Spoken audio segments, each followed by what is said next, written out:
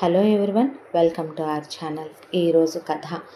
సుబ్బారావు తల్లిదండ్రులు సుబ్బారావుకి స్థిరచరాస్తులు అప్పగించి వాటితో పాటు చెల్లెలు వసంత బాధ్యతలు కూడా అప్పగించి ఆరోగ్యం బాగోకపోవటంతో ఒకళ్ళ తర్వాత ఒకళ్ళు కాలం చేశారు.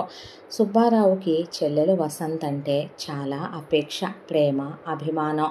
సుబ్బారావు వ్యవసాయం చేస్తూ ఉంటాడు. సుబ్బారావుని అన్నయ్య, నువ్వు పెళ్లి చేసుకుంటే వదినమ్మ వస్తుంది కదూ, నాకు తోడుగా ఉంటుందని చెల్లెలు అడిగేసరికి ఎటు చెల్లెలు 10th క్లాస్లోనే ఉందిలే, ఇంటర్ వరకు చెప్పిద్దామనే అనుకుంటున్నాడు తను కూడా. దాంతో సరేనని తనక వయసుకొచ్చే ఉన్నాడు, ఇంట్లో ఆడదిక్కు అవసరమని చుట్టాలు బంధువులు చూసిన ఒక సంబంధం. అమ్మాయి పేరు సుమతి. చూడటానికి చక్కగా ఉంటుంది, మంచి మనసు, ఇంటర్మీడియట్ వరకు చదువుకుంది కూడాను. ఆవిడ డ్రెస్సులవి వేసుకుంటుంది. మనిషి ఈ నవనాగరిక ప్రపంచానికి చెందిన వ్యక్తి. చీరలు కట్టుకుంటుంది, పాడి చేయగలదు, ఇంటి పనులు వంట పనులు చేయగలదు. దానికి తోడు సుమతినేమి సుబ్బారావుకి ఇంత ఆస్తిపాస్తులుంటే వాళ్ళమ్మ నాన్నలు ఒట్టి చేతులతో పంపించకుండా ఒక 50 తులాల బంగారం, పెళ్లి ఖర్చులు, దాంతోపాటు వీళ్ళు అడక్కపోయినా వసంతకి ఒక బంగారు నెక్లెస్, పట్టుబట్టలు పెట్టి వాళ్ళు కూతురికి 2 ఎకరాల పొలం పెట్టుకొని మరీ సుబ్బారావుకి ఇచ్చి పెళ్లి జరిపించారు. సుమతి పుట్టింటి ఊళ్ళో పొలం వద్దని ఆ పొలం అమ్మేసి ఇక్కడే భర్తకి ఇంకో 2 ఎకరాలు కొని అతని పేరు మీదే పెట్టేసేయమని తల్లిదండ్రుల్ని అడిగింది. ఉండనివ్వకపోయావా సుమతి అంటే, పెళ్ళయ్యాక మీరు వేరు నేను వేరునా అండి అని వచ్చిన సుమతి పాలల్లో పంచదారలా కలిసిపోయింది. సుబ్బారావు మనసు అర్థం చేసుకునే ఇల్లాలుగా, పేరుకి వదిన ఆడపడుచులన్న మాటే కానీ వసంతనే కన్న కూతురులాగా చూసుకునేది. ఆ తర్వాత వసంతకి ఇంటర్మీడియట్ అయిపోయింది. సుమతికి వెంటనే పెళ్ళవగానే పిల్లలు కలగలేదు. వీళ్ళేమీ కనాలి కనకూడదు అనేవేమీ అనుకోలేదు. ఆ తర్వాత వసంతకి సంబంధాలు వెతికితే ఒక సంబంధం దొరికింది. అబ్బాయి పేరు ఆంజనేయులు. అమ్మా నాన్నలు, అక్క చెల్లెళ్ళు, అన్నదమ్ములు ఎవరు లేరు, ఒక్కడే పిల్లాడు. చుట్టాల దగ్గరుండి చదువుకుంటున్నాడు, ఒక ప్రైవేట్ ఉద్యోగం చేస్తున్నాడు, చాలా మంచోడు.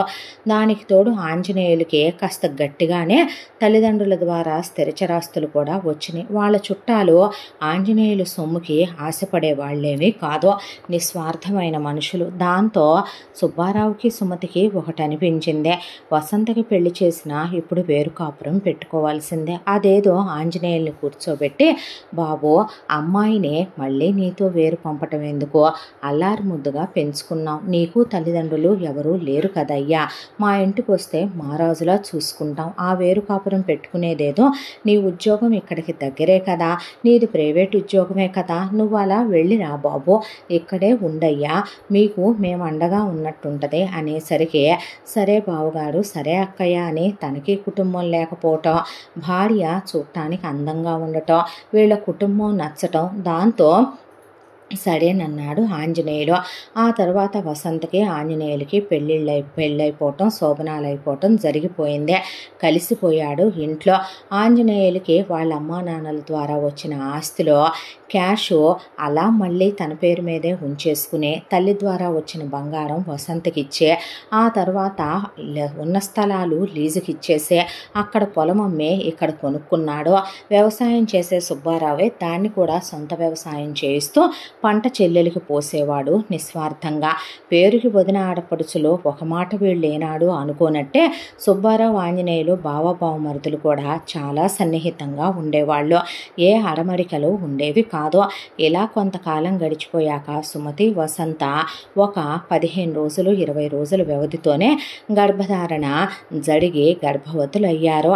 దాంతో ఆ తర్వాత వీళ్ళు కడుపుతో ఉన్నారని సంతోషపడ్డారు. ఒకేసారి వచ్చింది అని సుబ్బారావు ఆంజనేయులు. తర్వాత ఊళ్ళోకి ఒక స్వామీజీ వచ్చాడని, ఆయన అర్ధనా పైసా తీసుకోవటం లేదని, ఎవరైనా వెళితే ఏదైనా అడిగితే చెప్తున్నాడని, హిమాలయాల నుంచి ఆయన వచ్చాడని తిరిగి వెళ్ళిపోతున్నాడని, వెళ్ళేటప్పుడు దారిలో మన ఊళ్ళో ఆగాడు, ఈ ఒక్క పూటే ఉంటాడంట అని తండోపతండాలుగా వీళ్ళ ఊళ్ళో జనమందరూ వెళుతూ ఉండగా పొలాన ఉన్న సుబ్బారావు, ఆఫీస్కి వెళ్ళిన ఆంజనేయులు కూడా వచ్చారు. సుమతిని వసంతని కడుపుతూ ఉన్నారు కాబట్టి వెంట పెట్టుకొని వెళ్ళి ముందు ఆయనకి ఒక గుడిసె లాంటిది ఉంటే అందులో ఉండమని ఇచ్చేసరికి ఒక్కొక్కళ్ళుగా ఆయన శిష్యులు వచ్చిన వాళ్ళందరినీ పంపుతున్నారు. ముందు సుబ్బారావు సుమతి లోపలికి వెళ్ళారు. వెళ్ళి, స్వామీజీ, నాకు ఏ బిడ్డ పుట్టబోతోంది గురువుగారు, ఆ పుట్టే బిడ్డ ఎలా ఉండబోతోంది అని అడిగాడు సుబ్బారావు. చూడు సుబ్బారావు, నీకు ఆడ శిశువు పుట్టబోతోంది. అమ్మాయి చాలా మంచి మనసున్నదే, ఆత్మాభిమానం ఉన్నదే, నిప్పులాంటి అమ్మాయి శీలవతి, గుణవతి, కులవతి కూడా అవుతుంది. కాకపోతే అమ్మాయి కోసం నువ్వు తీసుకొచ్చిన వాడు కాదు, ఒకడు వెతుక్కుంటూ వస్తాడు అమ్మాయిని జీవిత భాగస్వామిని అని ఆయన చెప్పాడు. చెప్పిన తర్వాత వినేసి వెళ్ళి బయటకు వచ్చారు. వసంత, ఆంజనేయులు లోపలికి వెళితే, మీకు పుట్టబోయేది కూడా ఆడ శిశువే, అసలు ఆ శిశువు పుట్టకుండా ఉంటేనే మంచిదేమో, అలాంటిది పుట్టబోతోంది మీకు అని చెప్తే, బయటకు వచ్చిన తర్వాత ఇంత దాంట్లో సుమతి, వసంత ఇలాంటి అసలు నమ్మరు. వాళ్ళు కొట్టిపడేసి కనీసం ఒకళ్ళతో ఒకళ్ళు అసలు చెప్పుకోలేదు కూడా ఆ విషయం గురించి. ఇక ఆంజనేయులు అసలు ఇలాంటి లైట్ అనుకుంటాడు, అతను అసలు పట్టించుకోలే. కానీ సుబ్బారావు మాత్రం మనసులో వేసేసుకున్నాడు ఆ విషయాన్ని. ఆ రోజు నుంచే పుట్టేది ఆడపిల్లంటే ఎవరినైనా ప్రేమిస్తుందా, ఎవరితోనైనా లేచిపోద్దా, ఇంటి పేరు చెడగొట్టుద్దా, రేపొద్దున ఎవరితోన్నా కాలు జారి కడుపులు తెచ్చుకుంటుందా, రేపొద్దున కులం పరువు పోద్దా, గోత్రం పరువు పోద్దా, తల ఉంచుకోవాల్సి వస్తుందా, తన మాట వినదా. ఇక 1కి 100 అనుమానాలు వచ్చి నిద్రపోవటం, తిండి తినటం కూడా మానేసే ఆలోచించుకోవటం మొదలుపెట్టే, స్వామీజీ చెప్పింది ఒకటైతే తనకది మరొకలా అర్థమైంది. ఆయన అన్నమాట నువ్వుగా ఎవరిని తేవద్దు, ఆ అమ్మాయి జీవితంలోకి ఒకళ్ళు వెతుక్కుంటూ వస్తారు, నువ్వు తెచ్చిన వాళ్ళు నిలవరని ఆయన చెప్తే సుబ్బారావుకి విధినే ఎదిరించాలనే గుణం పుట్టేసింది ఆ రోజుతో. దాంతో సీమంతాలు అయిపోయినాయి, ఇద్దరికి ఒకేసారి నొప్పులు వచ్చినాయి. హాస్పిటల్కి తీసుకెళ్తే ఇద్దరూ ప్రసవించారు. అనుకున్నట్టే సుమతికి, వసంతకి పాపలే పుట్టారు. ఆంజనేయులు, సుబ్బారావు పిల్లల్ని ఎత్తుకున్నారు. తండ్రులైనందుకు ఆనందపడ్డారు. ఆంజనేయులు అసలు పుట్టిన పాపను చూసుకుని మళ్ళీ వాళ్ళమ్మే పుట్టిందనే, వాళ్ళమ్మ స్థానాన్ని తన భార్యకు కూడా ఇవ్వలేదు ఇప్పటి వరకు. కానీ తన కూతురు తన పంచ ప్రాణాలనే, కూతురు పుట్టగానే గుండెల మీదే కూతురు కాళ్లతో తంతుంటే తెగ ఆనందపడిపోయి కూతురు కాళ్ళు నెత్తి మీద పెట్టించేసుకున్నాడు ఆంజనేయులు. సుబ్బారావు అలా కూతుర్ని ఎత్తుకొనే, రేపొద్దున నీ వల్ల ఏమీ జరగకుండా నిన్ను పద్ధతిగా పెంచాలి అని అనేసుకున్న తర్వాత ఇళ్లకు వచ్చేసారు. పిల్లలిద్దరికీ బారసాలలో నామకరణాలు చేస్తూ సుబ్బారావు సుమతికి పుట్టిన పాపకి సఖి అని, ఆ వసంత ఆంజనేయులకి పుట్టిన పాపకి వర్ణ అని పేర్లు పెట్టారు. పెట్టి చిన్నప్పటి నుంచే పిల్లల పెంపకాల విషయంలో వసంత కూతుర్ని అసలు ఏమీ అనదో. సుమతి, వసంత ఇద్దరూ వర్ణనే గారాభమే చేస్తారు. ఆంజనేయులకి కూతురంటే పంచప్రాణాలు, చెప్పాల్సిన అవసరమే లేదు. సుబ్బారావుకి మేనగోడలంటే విపరీతమైన ఇష్టం. అంతా దాంట్లో సుమతి, వసంత, ఆంజనేయులు ముగ్గురు సఖిని కూడా ఒకేలా దగ్గరికి తీస్తారు. కానీ సుబ్బారావు మాత్రం చిన్నప్పటి నుంచి విపరీతమైన క్రమశిక్షణలనే ఆంక్షలు అమల్లో పరచడం మొదలుపెట్టాడు. అంతా దాంట్లో పిల్లలు ఆడుకుంటూ ఉండగా పిల్లకి ఒక 9 ఏళ్ల వయసున్నప్పుడు పిల్ల అలా కాస్త ఆడుకుంటూ మగపిల్లలతో కింద పడి గౌను కాస్త మోకాళ్ళ పైకి వెళ్ళింది. వెళ్ళేసరికి అక్కడి నుంచి తెచ్చి పేంబెత్తం పెట్టి పిల్లని వాతలు తేలిపోయేటట్టు కొడితే, ఏంటి బావా పసిదాన్ని పట్టుకొని అనేసరికి, ఏమనుకోవద్దు బాబు, నువ్వు గారాబం చెయ్యొద్దు అనేశాడు. ఆంజనేయులు ఉలిక్కి పడిన తర్వాత సుమతిని, వసంతనైతే దాన్ని గారాబం చేస్తే మీకు మర్యాదలు దక్కవని చెప్పి చావగొట్టేశాడు పిల్లనే. ఆ రోజు నుంచి మొదలుపెట్టే పిల్ల ఏం వేసుకోవాలి, పిల్ల నవ్వాలా లేదా, పిల్ల టీవీ చూడకూడదనే, పిల్ల ఇంటి పనులు, వంట పనులు, పిండి వంటలు, పచ్చళ్ళు, కారాలు మొత్తం రావాలనే విసురురాయితో విసరటాలు, పిల్లని ప్రతి దానికి తొడపాశాలు పెట్టి చితక్కొట్టేసి వాతలేసి తల్లడ్డొస్తున్నా, అత్తడ్డొస్తున్నా, ఆంజనేయులడ్డొస్తున్నా చావగొట్టేసి రుచికరమైన భోజనాలు తింటే మదమెక్కి రేపొద్దున అడ్డమైన కోరికలు కలుగుతాయని, ఆ పిల్లవారికి వేరే భోజనంలో ఉపాహారం లేని లేని చప్పటి తిండ్లు పెడుతూ ఉంటే ఏం పాపం చేయటమనే ఆంజనేయులు దొంగతనంగా తెచ్చి తినమ్మా అని పెట్టడం, ఒకవైపున సుమతి వసంత పిల్లని దగ్గరికి తీసుకుని దొంగతనంగా పెట్టడం పిచ్చి పట్టింది ఏంటండి మీకు అని సుమతి అడిగితే నోరు ముయ్యనే, ఆ తర్వాత వసంత చెప్పబోతున్నా నువ్వు మాట్లాడొద్దనే, చెల్లెలి విషయంలో భార్య విషయంలో చాలా ఫ్రీడమ్ ఇచ్చే సుబ్బారావు ఎందుకు అలా ఉంటున్నాడో ఆంజనేయులకు అర్థమయ్యేది కాదు. అంతా దాంట్లో వర్ణ చిన్నప్పటి నుంచి ఏదడిగితే అదే సుమతి వసంత 10 రకాలు వండాలి రోజుకే. ఇక వర్ణ ఏ డ్రెస్సులు వేసుకున్నా ఏమీ అండు, కానీ సఖి విషయానికి వచ్చేసరికి ఇంత పెద్ద బొట్టు బిళ్ళ పెట్టుకోవాలి, నూనె రాసి జడేసుకోవాలి, తలస్నానం చేసినా వెంటనే నూనె పెట్టి జడేయాలి, జుట్టు వెరపోయటాలాంటివి చేయకూడదు, ఆ అమ్మాయికి గొంతు వరకు మూసేసి చేతులు మణికట్లు వరకు మూసేసి ఉండేలా గిలకలు కనపడకుండా ఉండేలాగా ఆ అమ్మాయి డ్రెస్సులు వేసుకోవాలి. ఇక ఆ అమ్మాయి చెవులకి చిన్న చిన్నవి 1 గ్రాము దిద్దులుంటాయి, మెళ్ళో గొలుసేసుకోకూడదు, దేవుడు తాడు ఉంటుంది, చేతులకి గాజులుండవు, కాళ్ళకి పట్టీలు లాంటివి పెట్టుకోకూడదు, ఆ అమ్మాయి తల్లో పువ్వులు పెట్టకూడదు, వాసనకి కోరికలు కలిగితే అద్దంలో ముఖం చూసుకోకూడదు, వాసన వచ్చే సబ్బులతో స్నానం చేయకూడదు, ప్రతి ఒక్కటి ఆంక్షలే. ఆ అమ్మాయికి 4 జతల బట్టలు ఉంటాయి, ఆ 4 జతల బట్టలు భూమి మీద ఈ రంగులు అసలు దేవుడు సృష్టించాడా అనేంత భయంకరమైన రంగుల్లో ఉంటాయి. మగపిల్లలతో మాట్లాడకూడదు. ఎంత దాంట్లో మేనగోడలంటే పంచ ప్రాణాలు, నెట్టెడ్ డ్రెస్సులు కొనిపెట్టడం, మేనగోడల కోసం రకరకాల పిజ్జాలు, బర్గర్లు, తందూరీలు అని తెచ్చిపెట్టడం, మేనగోడల విషయంలో ఏదీ తక్కువ కాకుండా చూసే. కూతుర్ని మాత్రం చిన్నప్పటి నుంచి గర్ల్స్ స్కూల్లో వేస్తే వర్ణ కోయిడ్ స్కూల్లో చదువుకునేదే. ఎంత దాంట్లో సఖి వర్ణ ఇద్దరు పెద్ద మనిషి అయ్యారు. పెద్ద మనిషి అయిన తర్వాత ఇద్దరికి ఓణీల ఫంక్షన్లో పెద్ద మనిషి ఫంక్షన్లు అయిపోయాక సఖి బ్రతుకు ఇక పెళ్లి చేసేస్తానని నిర్ణయించాడు సుబ్బారావు. అంతా దాంట్లో తండ్రి తన్నే ఎందుకు ఒళ్ళో కూర్చోబెట్టుకోడు, దగ్గరికి తీయడు, ముద్దు చేయడు, ఎందుకు మామయ్య దొంగతనంగా తెచ్చి తినమనాలి, అమ్మ అత్తయ్య ఎందుకు అలా తన్ను చూసి బాధపడుతూ ఉంటారు, నాన్న ఎందుకు కారణం లేకుండా కొడతాడని సఖి నలిగిపోని క్షణం లేదు. ఆ అమ్మాయి ఎవరికి ఏది ఎదురు చెప్పలేదు. రాను ఆ అమ్మాయి బాధ ఎవరికీ చెప్పుకోలేక వెళ్ళి దేవుడి మీద కూర్చొని ఏడ్చి కన్నీళ్లు ఇంకిపోయిందాకా ఏడ్చేదే. ఆ దేవుడు ఏం చెప్పేవాడో, ఆ దేవుడికి తనేం చెప్పేదో ఒక మౌనంలోకి వెళ్ళిపోయింది మనిషే. ఒక నిదానం, ఒక నిశ్శబ్దత. పొద్దున్న లేవటం, ఇంటి పనులు వంట పనులు మొత్తం చేయకపోతే వాళ్ళ నాన్న ఊరుకోడు, గేదెల దగ్గర పనులన్నీ చెయ్యాలి, తనే తీసుకెళ్ళి తల వంచుకుంటే స్కూల్ దగ్గర దించుతాడు, తల వంచుకుంటే ఇంటి దగ్గర దించుతాడు, మళ్ళీ రాగానే పనులు చెయ్యాలి, టీవీ చూడకూడదు, ఫోన్లు వాడకూడదు, ల్యాప్టాప్లు వాడకూడదు, నోరెత్తకూడదు, మాట్లాడకూడదు, మగాళ్ళు వస్తే లోపలికి వెళ్ళిపోవాలి, అసలు మగపిల్లలతో మాట్లాడటమే ఉండకూడదు. ఇలా జరుగుతూ 10వ క్లాస్కి వచ్చిన తర్వాత 10 మంచి మార్కులతో పాస్ అయింది సఖి. అంతా దాంట్లో వర్ణ బిలో యావరేజ్గా చదివిన వర్ణనే ఎవరు ఏమీ అనరా ఇంట్లో.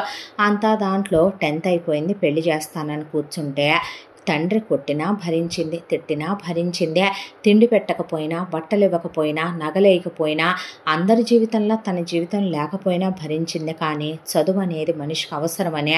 నాన్న నీ కాళ్ళు పట్టుకుంటాను, దండం పెడతాను, చదువుకోకపోతే రేపొద్దున మోసం చెయ్యొచ్చు అనుకుంటారు, జీవితం నడివీధుల పాలు చెయ్యొచ్చు అనుకుంటారు, రేపొద్దున ఏది జరిగినా నాకంటూ చదువు ఉంటే నా కాళ్ళ మీద నేను ఆధారపడగలుగుతాను, దయచేసి నేను చదువుకుంటాను అనేసరికి నీ కాళ్ళు పట్టుకుంటానన్నయ్య అని ఒకవైపున వసంత, సుమతి అసలు ఎందుకు చేస్తున్నారు బావుగారని ఆంజనేయులు బ్రతిమలాడి ఊళ్ళో వాళ్ళు కూడా నీ కూతురికి ఇచ్చిన సరస్వతి కటాక్షం మా పిల్లలకి ఇవ్వలేదని మేమేడుస్తుంటే అదేందిరా మేనగోడల్ని అంత పెద్ద కాలేజీల్లో వేసి చదివించాలనుకుంటున్నావు నువ్వు, నీ కూతురు దగ్గరికి వచ్చేపాటికి 10వ తరగతి పిల్లకే ఒళ్ళు ముదరకుండా పెళ్ళిళ్ళు చేసి సంసారాలేందే, పాపం కాదు సుబ్బారావు, ఏం పుట్టిందిరా నీకు అని వాళ్ళందరూ కూడా అనేసరికి తీసుకెళ్ళి తన మేనగోడల్ని మాత్రం ఇంటర్మీడియట్ కోయడ్లో వేస్తే తన కూతుర్ని మాత్రం గర్ల్స్ కాలేజీలో వేశాడు. చిన్నప్పటి నుంచి స్కూల్లో టీచర్లకి తను చెప్పేది ఒకటే,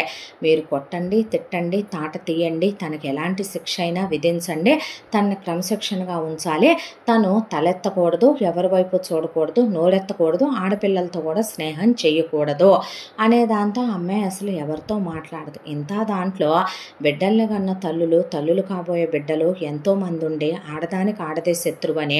అక్కడ ఉండేదంతా లేడీ టీచర్లు. ఇప్పుడు కాలేజీకి వెళ్ళినా ఉండేది లేడీ లెక్చరర్లే. గొడ్డుమూతి నయము అన్నట్టుగా నువ్వు ఎలాంటి దానివైతే మీ నాన్న నిన్నంత క్రమశిక్షణగా ఉంచమని మాకు చెప్పాడో, నువ్వు ఎంత గ్రంథ సాంగురాలువో, నువ్వు ఎన్నెన్ని నడుపుతుంటే మీ నాన్న చూసే ఒక తండ్రి హృదయం గాయపడి నువ్వెక్కడ ఎవరితో లేచిపోతావోనని నిన్ను గర్ల్స్ స్కూల్లో గర్ల్స్ కాలేజీలో వేసాడంటగా.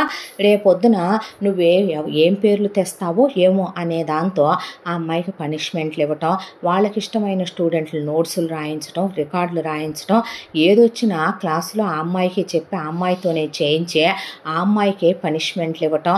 ఇలా స్కూల్లో కాలేజీలో ఆ అమ్మాయికి మనశ్శాంతి ఉండేది కాదు. ఇంట గెలిసి రెచ్చగలవమని పెద్దవాళ్ళు అన్నట్టు ఇంట్లో మన వైపు మాట్లాడాల్సిన అమ్మా నాన్నలే పట్టించుకోకుండా చాలామంది పేరెంట్స్కి మీరు ఎరగొట్టేయండి, మా పిల్లలకు క్రమశిక్షణలు రావాలి, మీరు ఏ మాటలైనా అనండి, మా పిల్లలకు క్రమశిక్షణ రావాలి. ఒకటి మర్చిపోతారు, రేపు ఒకరోజు వచ్చేసరికి మీరు చదువుకున్న దాంట్లో మీ ఫేవరెట్ మిస్ ఎవరంటే పిల్లలు ఒకళ్ళ పేరు కూడా చెప్పలేరు. విద్యాదాత గురించి చెప్పించుకోలేనంత దీనస్థితిలో విద్యని చెప్పిన వాళ్ళు ఉండకూడదు. తల్లిదండ్రులు రోల్ మోడల్స్ అవ్వాలి పిల్లలకే. ఎవరు అంటే పిల్లలు అమ్మా నాన్నల పేరు ఎప్పుడైతే చెప్పరో, ఎప్పుడైతే పక్కింటి అంకులనో ఎదురింటి ఆంటీ అనో, లేదు మేము వేరే వాళ్ళని చూసి ఇన్స్పైర్ అయ్యామనో చెప్పినప్పుడే వీళ్ళు చచ్చినట్టని ఎప్పుడు అర్థం చేసుకుంటారు. అలా నలిగిపోతూనే ఆ అమ్మాయి ఇంటర్ అయిపోయాక పెళ్లి చేస్తానంటే చచ్చిపోతాననే, ఇంజనీరింగ్లో నాకు ఎంసెట్ ర్యాంక్ వచ్చింది నాన్న, వెళ్ళి చేరతానంటే ఇంజనీరింగ్ కాలేజు ఇక్కడ కోయెడ్డుదే ఉంది, నువ్వు చేరటానికి వీల్లేదు అంటే బ్రతిమిలాడే ఆంజనేయులు, వసంత, చుట్టాలు, బంధువులు పోనీ డిగ్రీలో అన్నా ఎయ్యరా నీకు దండం పెడతానంటే తీసుకెళ్ళే డిగ్రీలో బీబీఏలో పడేశాడు. అది డిగ్రీ కాలేజు, అందరూ అమ్మాయిలు, లెక్చరర్లు ఆడోళ్ళు, ప్రిన్సిపల్ మేడం కూడా ఆడదే. ఎప్పుడూ ఉండే టార్చరే కాలేజీలో కూడా. తనే డ్రాప్ చేస్తాడు, పిక్ చేసుకుంటాడు, తలెత్తకూడదు అది కామనే. ఆ అమ్మాయికి ఉన్న ఆ వస్త్రధారణ కామనే. ఆ అమ్మాయి చూడటానికి ఆ తలకి నూనె పెట్టుకొని ఎర్రిబాబులు దానిలాగా ఉండే, ఆ ఒళ్ళంతా మూసేసే బట్టలు వేసుకొని ఆ ఎంత పెద్ద బొట్టు బిళ్ళ మొహాన పెట్టుకుంటే, ఈ రోజుల్లో అబ్బాయిలకి అసలు రాజహంసల్ లాంటి అమ్మాయిలు, జీరో సైజు బొమ్మలు కావాలి. కాబట్టి ఆ అమ్మాయి సన్నగా ఉన్నా సరే ఆ అమ్మాయి చూడటానికి బాగోదనే దాంతో ఒకటి, పైగా వీళ్ళ నాన్న ఆ అమ్మాయి వెనకాల ఎస్కార్ట్ లాగా హిట్లర్ లాగా ఉంటాడనే ఆ అమ్మాయి జోలికి అసలు ఎవరు అబ్బాయిలు కూడా వచ్చేవాళ్ళు కాదు. ఇంత బతుకులో ఆ అమ్మాయి ఒక్కటే అనుకునేదే, చదువుకుంటే చాలే అని తప్ప ఎవరితో ప్రేమాయణాలు నడపాలనే కన్నెత్తి కూడా ఎవడి వైపు అమ్మాయి చూసేది కాదు. నిజానికి సఖి చాలా బాగుంటుంది, కానీ అందంగా ఉండే బొమ్మనైనా సరే మనం దాన్ని శుభ్రపరిచే ఒక చోట పెడితేనే కదా దాని అందం అనేది తెలుస్తుంది. మసిబూసేస్తే ఎలా ఉంటుంది అలానే ఉండేది ఆ అమ్మాయే. అంతా దాంట్లో వర్ణ మాత్రం చాలా పెద్ద ఇంజనీరింగ్ కాలేజీకి వెళ్ళి తనకు నచ్చినట్టు చదువుకోవటం మొదలుపెట్టిందే. తనకిష్టం వచ్చిన బట్టలు వేసుకుంటూ తనకు నచ్చినట్టు ల్యాప్టాప్లు, ఫోన్లు, ఫేస్బుక్లు, ఇన్స్టాగ్రామ్లు, తన ఇష్టం. ఎవరు కాదంటారు తన్నే? మేనమామ, తండ్రి, అమ్మ, అత్త, తన ఇష్టం వచ్చినట్టు. అంతా దాంట్లో వర్ణ సఖి కూడా పెద్దగా మాట్లాడుకునే వాళ్ళు కాదు, ఒకటి రెండు మాటలు తప్ప. సఖిని మామయ్య ఇలా ఎందుకు చేస్తున్నాడని అసలు వర్ణ ఏ రోజు పట్టించుకొని క్వశ్చన్ చేయటం, అయ్యో పాపం అంటాం, పోనే నాలా తను ఉంటుందిలే మామయ్య అని చెప్పటం కూడా వర్ణకు అలవాట్లేదు. ఆ తరువాత సఖి ఎంబీఏలో చేరింది. అప్పుడు ల్యాప్టాప్ కొనిచ్చిన, ఫోన్ కొనిచ్చిన, రోజు ఆ ఫోను ల్యాప్టాప్ మొత్తం వర్ణ చేత చెక్ చేయించుతాడు సుబ్బారావు. వర్ణ గ్రీన్ టిక్ వేయాలి, వేసిన తర్వాతే సఖిని ఓకే అన్న తర్వాతే ఇంట్లోకి రాణిస్తాడు. అంతా దాంట్లో ఎంబీఏ కంప్లీట్ చేసిందే. ఎప్పుడైతే అలా ఎంబీఏ అయిపోయిందో లాస్ట్ ఎగ్జామ్ రాయటం, నెక్స్ట్ డేనే సఖికి పెళ్లి చూపులు ఏర్పాటు చేశాడు సుబ్బారావు. అబ్బాయి పేరు రవీంద్ర, అబ్బాయి వాళ్ళది ఉమ్మడి కుటుంబం, అబ్బాయి చేసేది సాఫ్ట్వేర్ ఉద్యోగం. ఇక అబ్బాయి వాళ్ళకి అమ్మ, నాన్న, ముగ్గురు అక్కలు. ఆ ముగ్గురు అక్కలకి పెళ్ళిళ్ళు చేసేసి ముగ్గురు బావలతో సహా ఇల్లరికం. వాళ్ళకు 6 పిల్లలు. అబ్బాయికి 3 అన్నయ్యలు. ఆ 3 అన్నయ్యలకి పెళ్ళిళ్ళు అయిపోయినాయి. వీళ్ళమ్మ మేనగోడళ్ళు ఇద్దరు, వీళ్ళ నాన్న మేనగోడళ్ళతో పెళ్ళిళ్ళు అయిపోయి కోడళ్ళు వచ్చేసారు. వాళ్ళకు ఒక్కొక్కళ్ళకి 3 పిల్లలు, 9 మంది. అక్కల పిల్లలు ఒక 6. వాళ్ళ ఇంట్లో వెరసి పిల్లలే 15 మంది ఉంటారు.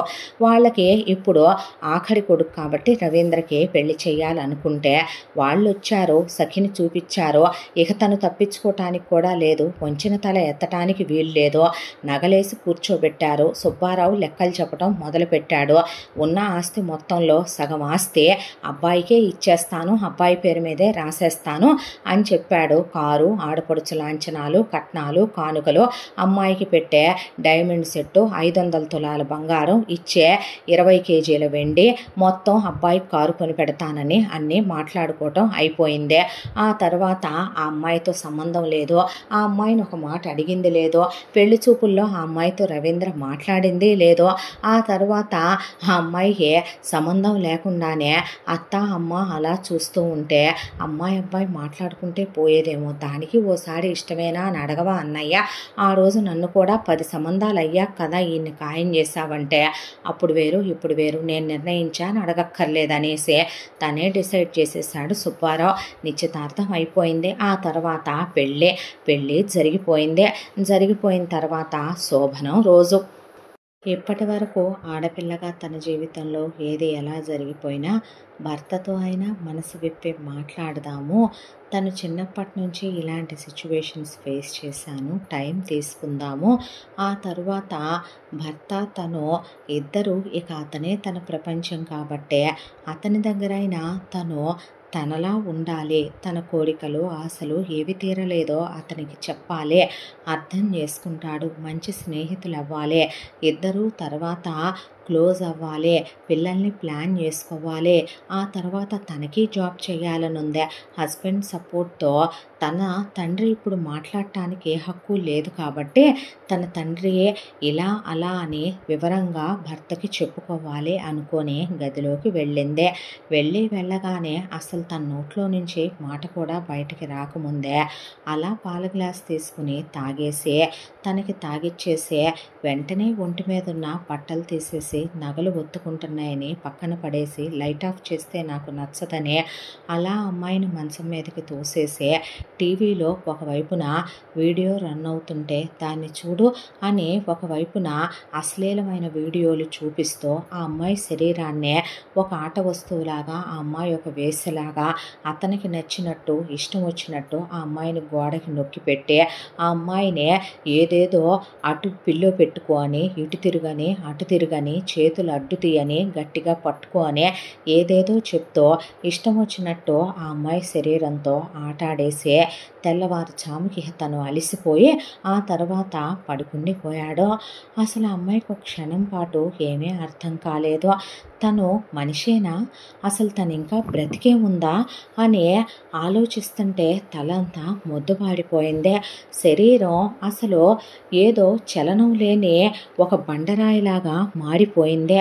చూస్తే ఒకవైపున బాధగా అనిపించింది, చెప్పుకోరాని ప్రదేశాల్లో లేచింది, అడుగులు వేస్తుంటే కాళ్ళు రెండు ఆనించి నడవలేకపోతుంది.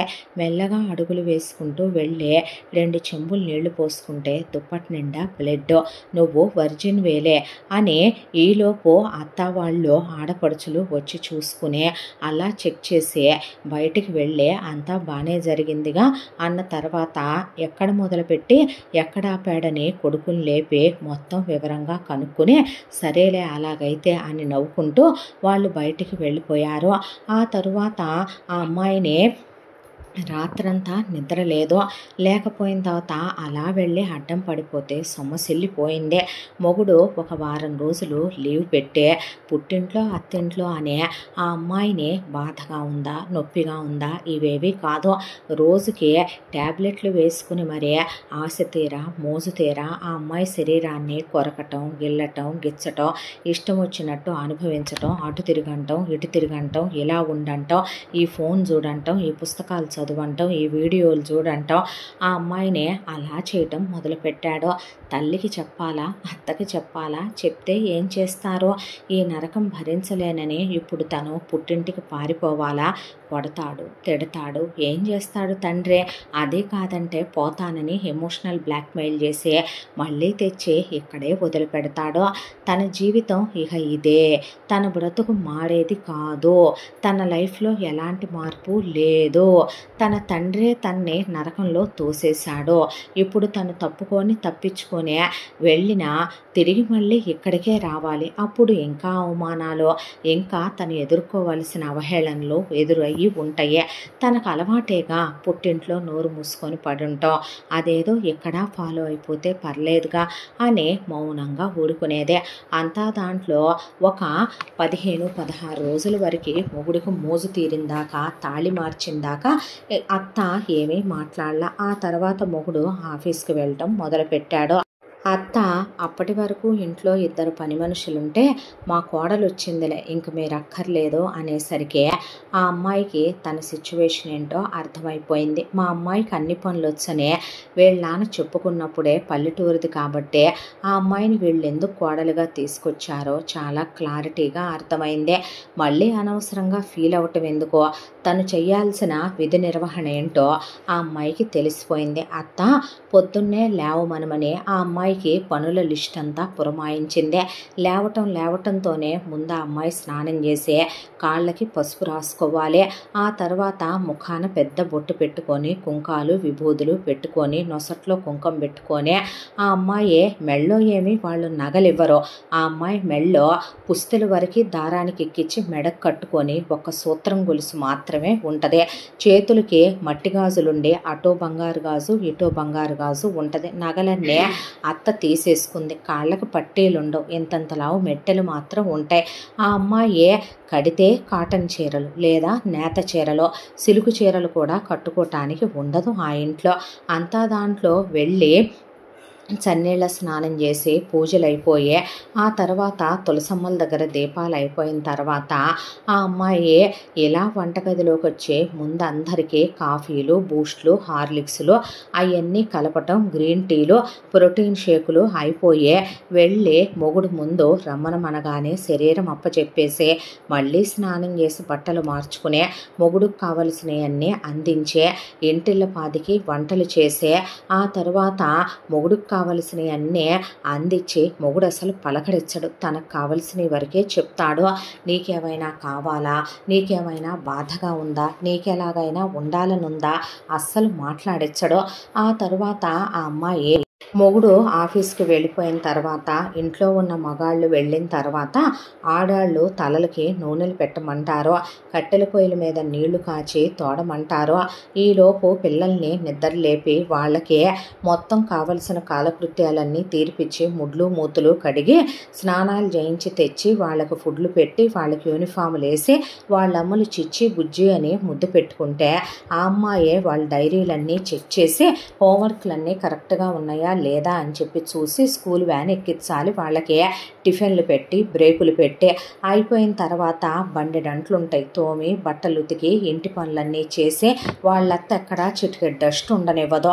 ఎటు చేసుకొచ్చిన పెద్ద కొడుకుల 3 కోడళ్ళు మేనగోడళ్ళు కాబట్టి కూతుళ్ళకి ఆవిడ పనులు చెప్పలేదు కాబట్టి ఆవిడ ఏమీ అందు. అంత దాంట్లో వీళ్ళ దృష్టిలో మేము తిడుతున్నామా కొడుతున్నామా, టైంకింత ముద్ద పెట్టట్లేదా, ఆ పెట్టే ముద్ద ఏంటంటే నడుములో వెన్నుపూసలు బయటకు వచ్చేసి బుగ్గలెంత లోతుకి వెళ్ళిపోయే ఒకే మనిషి అంతమందికి చాకిరీ చేయటం అంటే పని మనుషులు కూడా లేకుండా చిన్న విషయమా, మాప్ స్టిక్తో కూడా తడిగుడ్డ పెట్టకూడదు, మోకాళ్ళ మీద వంగి పెట్టుకుంటూ రావాలి, అంతమంది బట్టలు చేత్తో ఉతకాలి, మిషన్లో వేయకూడదు, మిషన్ ఉన్నప్పటికీ కూడాను దుప్పట్ల దగ్గర నుంచి అన్నీ రోజు వస్తాయి, అందరి యూనిఫాముల దగ్గర నుంచి 3-4 జతల బట్టలు, మొగుళ్ళతో కులికిన దుప్పట్లు అన్నీ తెచ్చి ఉతకాలి, ఇల్లంతా డస్టింగులు చేయాలి, ఫ్యానుల దగ్గర నుంచి వాష్రూముల దాకా అన్నీ కడుక్కు రావాలి, మధ్యాహ్నం భోజనానికి 10 రకాలు వండాలి, మగాళ్ళకి పిల్లలకి క్యారియర్లు వెళ్ళాలి, ఆడాళ్ళు తింటారు, వాళ్ళు తిన్నదాకా ఆగి అడుగు పొడుగు తినాలి,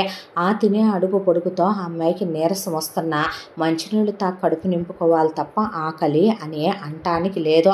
మళ్ళీ సాయంత్రానికి పిల్లలు వస్తారు, ఆ వచ్చిన పిల్లలకి స్నానాలు చేయించి పాలు కలిపి బ్రేకులు మళ్ళీ వాళ్ళకి స్నాక్స్ పెట్టి ఆ తర్వాత ఇంట్లో వాళ్ళందరికీ స్నాక్స్ వేసి పెట్టి మళ్ళీ కాఫీలు టీలు పెట్టించి మధ్యలో పళ్ళ రసాలని అవని ఇవని అందిస్తూ పిల్లల్ని కూర్చోబెట్టి వాళ్ళని చదివిస్తూ రాయిస్తూ వాళ్ళ హోంవర్కులన్నీ చేయిస్తూ అన్ని వర్కులు కంప్లీట్ చేయించే పిల్లలకి ఫుడ్ పెట్టి ఆ తర్వాత వాళ్ళని పడుకోబెట్టి ఇంట్లో వాళ్ళందరికీ వంట వండి అవన్నీ కంప్లీట్ చేసుకుంటూ వచ్చే ఇంత దాంట్లో మళ్ళీ తెల్లారికి కావలసిన పిండ్లన్నీ గ్రైండర్లో పట్టుకొని పక్కన పెట్టుకొని ఎంతసేపు రా గదిలో కానీ పైనుంచి మొగుడు కేకేస్తుంటే మళ్ళీ ఆ అమ్మాయి వెళ్ళగానే వెళ్ళి స్నానం చేసిరా జిడ్డు మొహం దానా అనేసరికి వెళ్ళి స్నానం చేసి రాగానే మళ్ళీ బట్టలు ఎందుకు అని మంచం మీదకి లాగి ఇక స్టార్ట్ చేస్తాడు ఆ క్యాసెట్లు వేసి ఆ తర్వాత తెల్లవారులు అవి చూడటం చూసి ఆ అమ్మాయి శరీరాన్ని చిత్రహింసకు గురి చేసి ఆ తర్వాత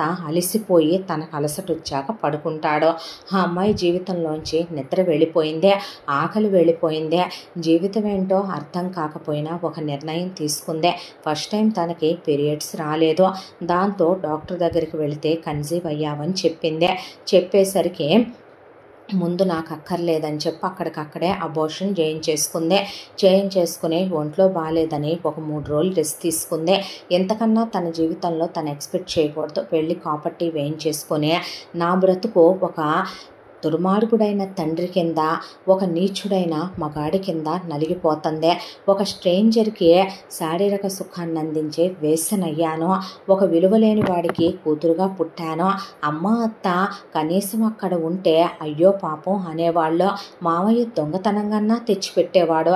ఇక్కడ నా బతుకు అది కూడా లేదు. అంతా దాంట్లో అత్తిచ్చే సర్టిఫికెట్ ఏంటి అంటే బయట వాళ్ళకి అంతకుముందు పని మనిషి అని చెప్పుకోవటానికి 2 పనులు ఉండేవాళ్ళు. తన మా కోడలు అనే ఆ కోడలని ట్యాగ్ లైన్ ఒకటే. ఎంత తను చేస్తున్నా అసలు తన మొగుడు పట్టించుకోడు తన గురించి. మధ్యలో అత్త అమ్మ నాన్న మామయ్య వచ్చారు. మీ అమ్మాయికి ఏమైంది, పద్ధతిగా పెంచారు, చెప్పిన మాట వింటది, మంచి పిల్ల అనేసరికి సుబ్బారావు పొంగిపోయాడు.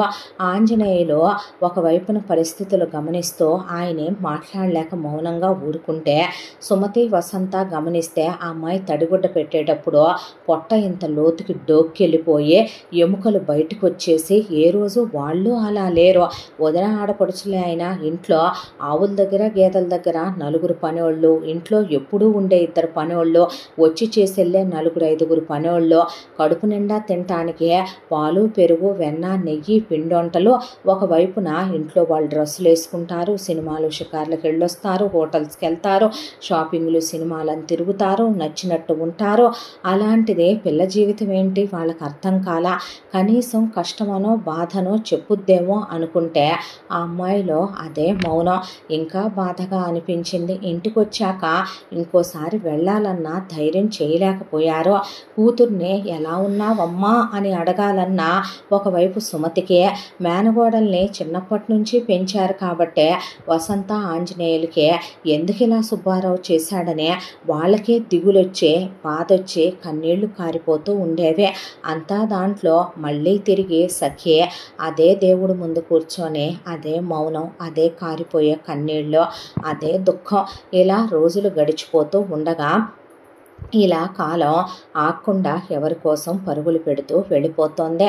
పిల్లల్ని కనకూడదు అనుకుని ఒకటే నిర్ణయించుకుందే. నా బ్రతుకులాగా రేపొచ్చే వాళ్ళు పుట్టబోయే వాళ్ళ బ్రతుకులు కాకూడదు. మహా ఓ 10 సార్లు కాపర్టీ వేయించుకుంటే గొడ్రాలంటారు. ఆ తర్వాత మోనోపాజ్ వస్తే పిల్లలు పుట్టరు. ఇప్పుడు వాళ్ళని కని ప్రపంచంలోకి తేవటం ఎందుకు, ఎంతమంది 15 మంది పిల్లలకి కనకుండానే తల్లిని అవ్వలేదా నేను అనుకుని రోజులు గడిచిపోతూ ఉండగా ఒక రోజున ఇంట్లో వాళ్ళంతా కలిసి వాళ్ళు ప్రోగ్రాం పెట్టుకున్నారు. గుడి ప్రోగ్రాం పెట్టుకుంటే దానికి పిల్లల్ని చూసుకోవాలి కాబట్టి నువ్వు బయలుదేరు సఖి అని సఖి భర్త రవీంద్రన్ కూడా రమ్మంటే నాకు ఆఫీస్లో వర్క్ ఉందనేసరికి సరేలేమనమని మరి భోజనం నేను హోటల్లో తినేస్తా మీరు వెళ్ళండి అన్నాడు. దాంతో ఇంటిల్లపాదే మొత్తం కలిసి 10 రోజుల ట్రిప్ అలా వెళ్ళారు. వెళ్ళేటప్పుడు ఒక 2 రోజులు గడిచాక వీళ్ళు గుడికి వెళ్ళాక మా అమ్మవారికి చీర పెట్టాలనుకున్నానే, ఇక్కడ 5 రోజులు ఉండాలి, చేరేది సఖి అంటే మీరు చెప్పలేదుగా అత్తయ్య గారు, అందుకే నాకు తెలియదు కదండి, తీసుకురాలేదు ఎక్కడుందో అంటే నీకు బుద్ధి ఉందా కదా, కడుపుకు అన్నం తింటున్నావా, కంపలెమ్మటి గడ్డి తింటున్నావా, బజారు దానా, పోరం బోకల దానా, నీలాంటి దిక్కుమాలిన వాటిని కోడళ్ళని చేసుకుంటే ఇలాగే ఉంటుందని పట్టి ఆ అమ్మాయి తల మీద ఉంగరం వేళ్లతో మొట్టికాయలేసి బొప్పిలి కట్టేలాగా ఆ అమ్మాయి చేతుల దగ్గర నొప్పి పుట్టేలాగా తిప్పేసి చట్ట 4 అందరు కలిసే, ఇప్పుడు ముదరష్టపు దాన నీ దినం చెయ్య, నిన్ను పాతెయ్య, నిన్ను పోగెయ్య, ఇప్పుడు దేవుడికి చెల్లించాల్సిన మొక్కు ఎలా చెల్లించాలి, ఇంకొక 2 రోజులు ఎక్స్ట్రా ఉండాల్సి వస్తుంది కదే అనేసరికి, నే వెళ్ళి తీసుకొస్తాను అత్తయ్య గారు అన్నాక వెళ్ళి నీ దినం చేసుకో అని ఆ అమ్మాయిని అక్కడ బస్సు ఎక్కించారు. ఆ అమ్మాయి వీళ్ళ ఊరు వచ్చేసరికి గాలి, వర్షం, తుఫాను, అర్ధరాత్రి సమయం 11 గంటలు అయిపోయింది. అయ్యేపాటికి బిక్కుమంటూ బస్ స్టాండింగ్ నుంచి ముద్దగా తడిచిపోయి అలా ఇంటికి వచ్చేసరికి మొగుడు పై గదిలో ఉన్నట్టున్నాడు అనుకునే కింద అత్త చెప్పిన మాట గుర్తొచ్చింది. నా గదిలో ఉంది, అమ్మవారికి పెట్టాల్సిన చీర, పసుపు కుంకాలు, పసుపు నీళ్లు జల్లి వెంటనే బయలుదేరి తీసుకురమ్మనమనే. మొగుడు ఎవరొచ్చారో అనుకుంటాడనే ఒక మాట మళ్ళీ కనపడి వెళదామనే దాంతో పైకి 4 అడుగులు వేస్తూ ఉండగా వినకూడని శబ్దాలు వస్తున్నాయి మొగుడు గదిలో నుంచి. అసలు మొగుడు ఎలాంటివాడో, మొగుడికి ఏం అలవాట్లున్నాయి, మొగుడు అంతకుముందు గత చరిత్ర ఏంటి ఏమీ తెలియదు తనకే. అంతా దాంట్లో మహా అయితే తాగుడు, సిగరెట్టో వాసన వస్తూ ఉంటుంది కాబట్టి అలవాటు ఉందని అనుకుందే. అలాంటిదే ఏం జరుగుతుంది ఇప్పుడు, ఇక వేశ్యలు కూడానా అనే లోపల నుంచి వచ్చే శబ్దాలకి అలా తలుపు తీసి నుంచున్న సఖి అలా నిర్ఘాంతపోయింది. చూస్తే లోపల వర్ణతో రవీంద్ర ఒంటి మీద నూలు పోగు లేకుండా ఇద్దరూ కలిసే డైరెక్ట్గా వీడియోలు వేసుకొని అందులో ఉన్నట్టు చాలా ఘోరంగా ఇద్దరు చూడకూడని పరిస్థితుల్లో ఉన్నారు ఆ పడక గదిలో. అసలు మైమరిచిపోయి ఇద్దరూ కలిసే అక్కడ తలుపు తీసి సఖి నుంచోని చూస్తుందన్నది కూడా పట్టించుకోకుండా మునిగిపోయి అసలు ప్రపంచాన్నే వదిలేసేంత క్లోజ్ అయిపోయి ఉన్నారు వాళ్ళు. దాంతో అక్కడి నుంచి అలా నిలబడిపోయిన సఖి ముందు డాబా మీద నుంచి కిందకు వచ్చేసరికి ఆ అమ్మాయి గుర్తొచ్చాయి. ఏమవుతాడు వర్ణకి తన భర్త, అన్నయ్య అవుతాడు. వావి వరుసలు కూడా మర్చిపోయి తన మొగుడికి వర్ణ చెల్లెలవుతే అవి మర్చిపోయి ఇద్దరు వాళ్ళున్న స్థితిని చూసే ఆ అమ్మాయి జీవితం మీద అమ్మాయికి అసహ్యం వేసిందే. చిన్నప్పటి నుంచి జరిగినవన్నీ గుర్తొచ్చి ఆ వర్షంలో నడుచుకుంటూ అలా బయటికి వస్తూ ఉండగా కరెక్ట్గా అమ్మాయి గేటు దగ్గరకు వచ్చేసరికి మామ అలాగే తండ్రి రావటం కనిపించి ఆంజనేయులు పట్టుకొని ఎక్కడికమ్మా వెళుతున్నావో, ఇంటి ముందు కార్లన్నీ ఏవే అంటే ఇందాకెప్పుడో చూద్దామని బయలుదేరాము, ఆవు ఈనిందే, జున్ను పాలు తీసుకొని వచ్చాం, మధ్యలో చుట్టాలు కనపడ్డారు, కాఫీలు టీలు భోజనాలని ఇప్పటిదాకా ఆపారనేసరికి సుబ్బారావు ఏంటే మాట్లాడవనేసరికి ఒకే ఒక్క చూపు చూసింది సుబ్బారావు వైపు. ఆకాశంలో గడగడ ఉరుములు ఉరిమేసరికి ఆ ఉరుములు మెరుపుల వెలుగులో ఆ అమ్మాయి ముఖం కాళికాదేవి ఉగ్రరూపం దాలిస్తే ఎలా ఉంటుందో అలా కళ్ళు ఎర్రగా అయిపోయి కళ్ళల్లోంచి నీళ్లు కారిపోతూ మొహం నిర్లిప్తంగా మారిపోయే ఒక అసహ్యం, ఒక జుగుప్స, ఒక ఏహ్యత, నువ్వు ఒక తండ్రివేనా, నీది ఒక బ్రతికేనా అనే అన్నీ ఆ అమ్మాయి ముఖంలో కనిపించే ఒక్క క్షణం భయంతో వెనకడిగేశాడు సుబ్బారావు. ఈలోపు ఏమైందమ్మా అని అడుగుతున్నా ఆంజనేయులు చెయ్యి వదిలిచ్చేసుకొని అలా నడుచుకుంటూ వెళ్ళిపోతోంది. ఒకవైపు సఖి ఎంత దాంట్లో ఇంట్లో అంతా లైట్లు తీసి ఉన్నా వాళ్ళకే సఖి వాళ్ళ బెడ్రూమ్ తెలుసు. అదే మేడ మీద యువతల వైపు కనపడుతూ ఉంటుంది. అద్దాల కిటికీలు ఉంటాయి మొత్తం. ఆ కిటికీల్లో నుంచి లోపల నుంచి నీడలు కనపడుతున్నాయి. కూతురు ఎక్కడుంటే పైన ఎవరై నీడలు కనపడుతున్నాయి అనే దాంతో బయటికి వెళ్లాల్సిన వీళ్ళడుగు లోపలికి పడిందే. గబాగబా డాబా మీదకి వెళ్ళి అలా తలుపు తీసి చూసినా ఒక్కసారిగా సుబ్బారావు గుండె 1000 ఒక్కలుగా పగిలిపోతే అక్కడ మేనగోడల్ని చూసే, ఆంజనేయులు కూతుర్ని చూసే మనిషి కాలేకపోయాడు. అలా ఒక 5 నిమిషాల నుంచున్నాక ఆ సభ్యకరమైనటువంటి ఇద్దరూ ఉన్న స్థితిని చూసిన వీళ్ళు ఇక అక్కడ ఇంకొక నిమిషం కూడా నిలబడలేక అలాగే నడుచుకుంటూ ఆ అమ్మాయి ముందు వెళ్ళిపోతే వెనకాల వీళ్ళు నడుచుకుంటూ ఇంటి దారి పట్టారు. ముందు వెళ్ళి అలా తలుపు కొట్టిందే సఖి. తలుపు కొట్టేసరికి సుమతి, వసంత వెళ్ళి తలుపు తీసే, అమ్మా ఏమైందే అన్న ఏం మాట్లాడకుండా గదిలోకి వెళ్ళిపోయి డోర్లు వేసేసుకుందే.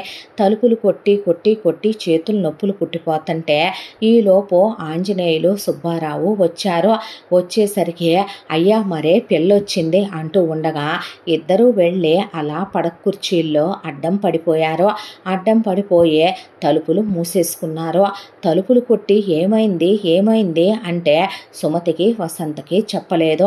ఆ తర్వాత ఆ రాత్రంతా తలుపులు కొట్టి కొట్టి తెల్లవారుజాముకి నిద్ర పట్టడంతో గుమ్మాల దగ్గరే పమిటపరుచుకొని అడ్డం పడిపోయారు వదిన, ఆడపడుచులో. చూస్తే తెల్లాడేసరికి అలా తలుపులు వారగా వేసున్నాయి.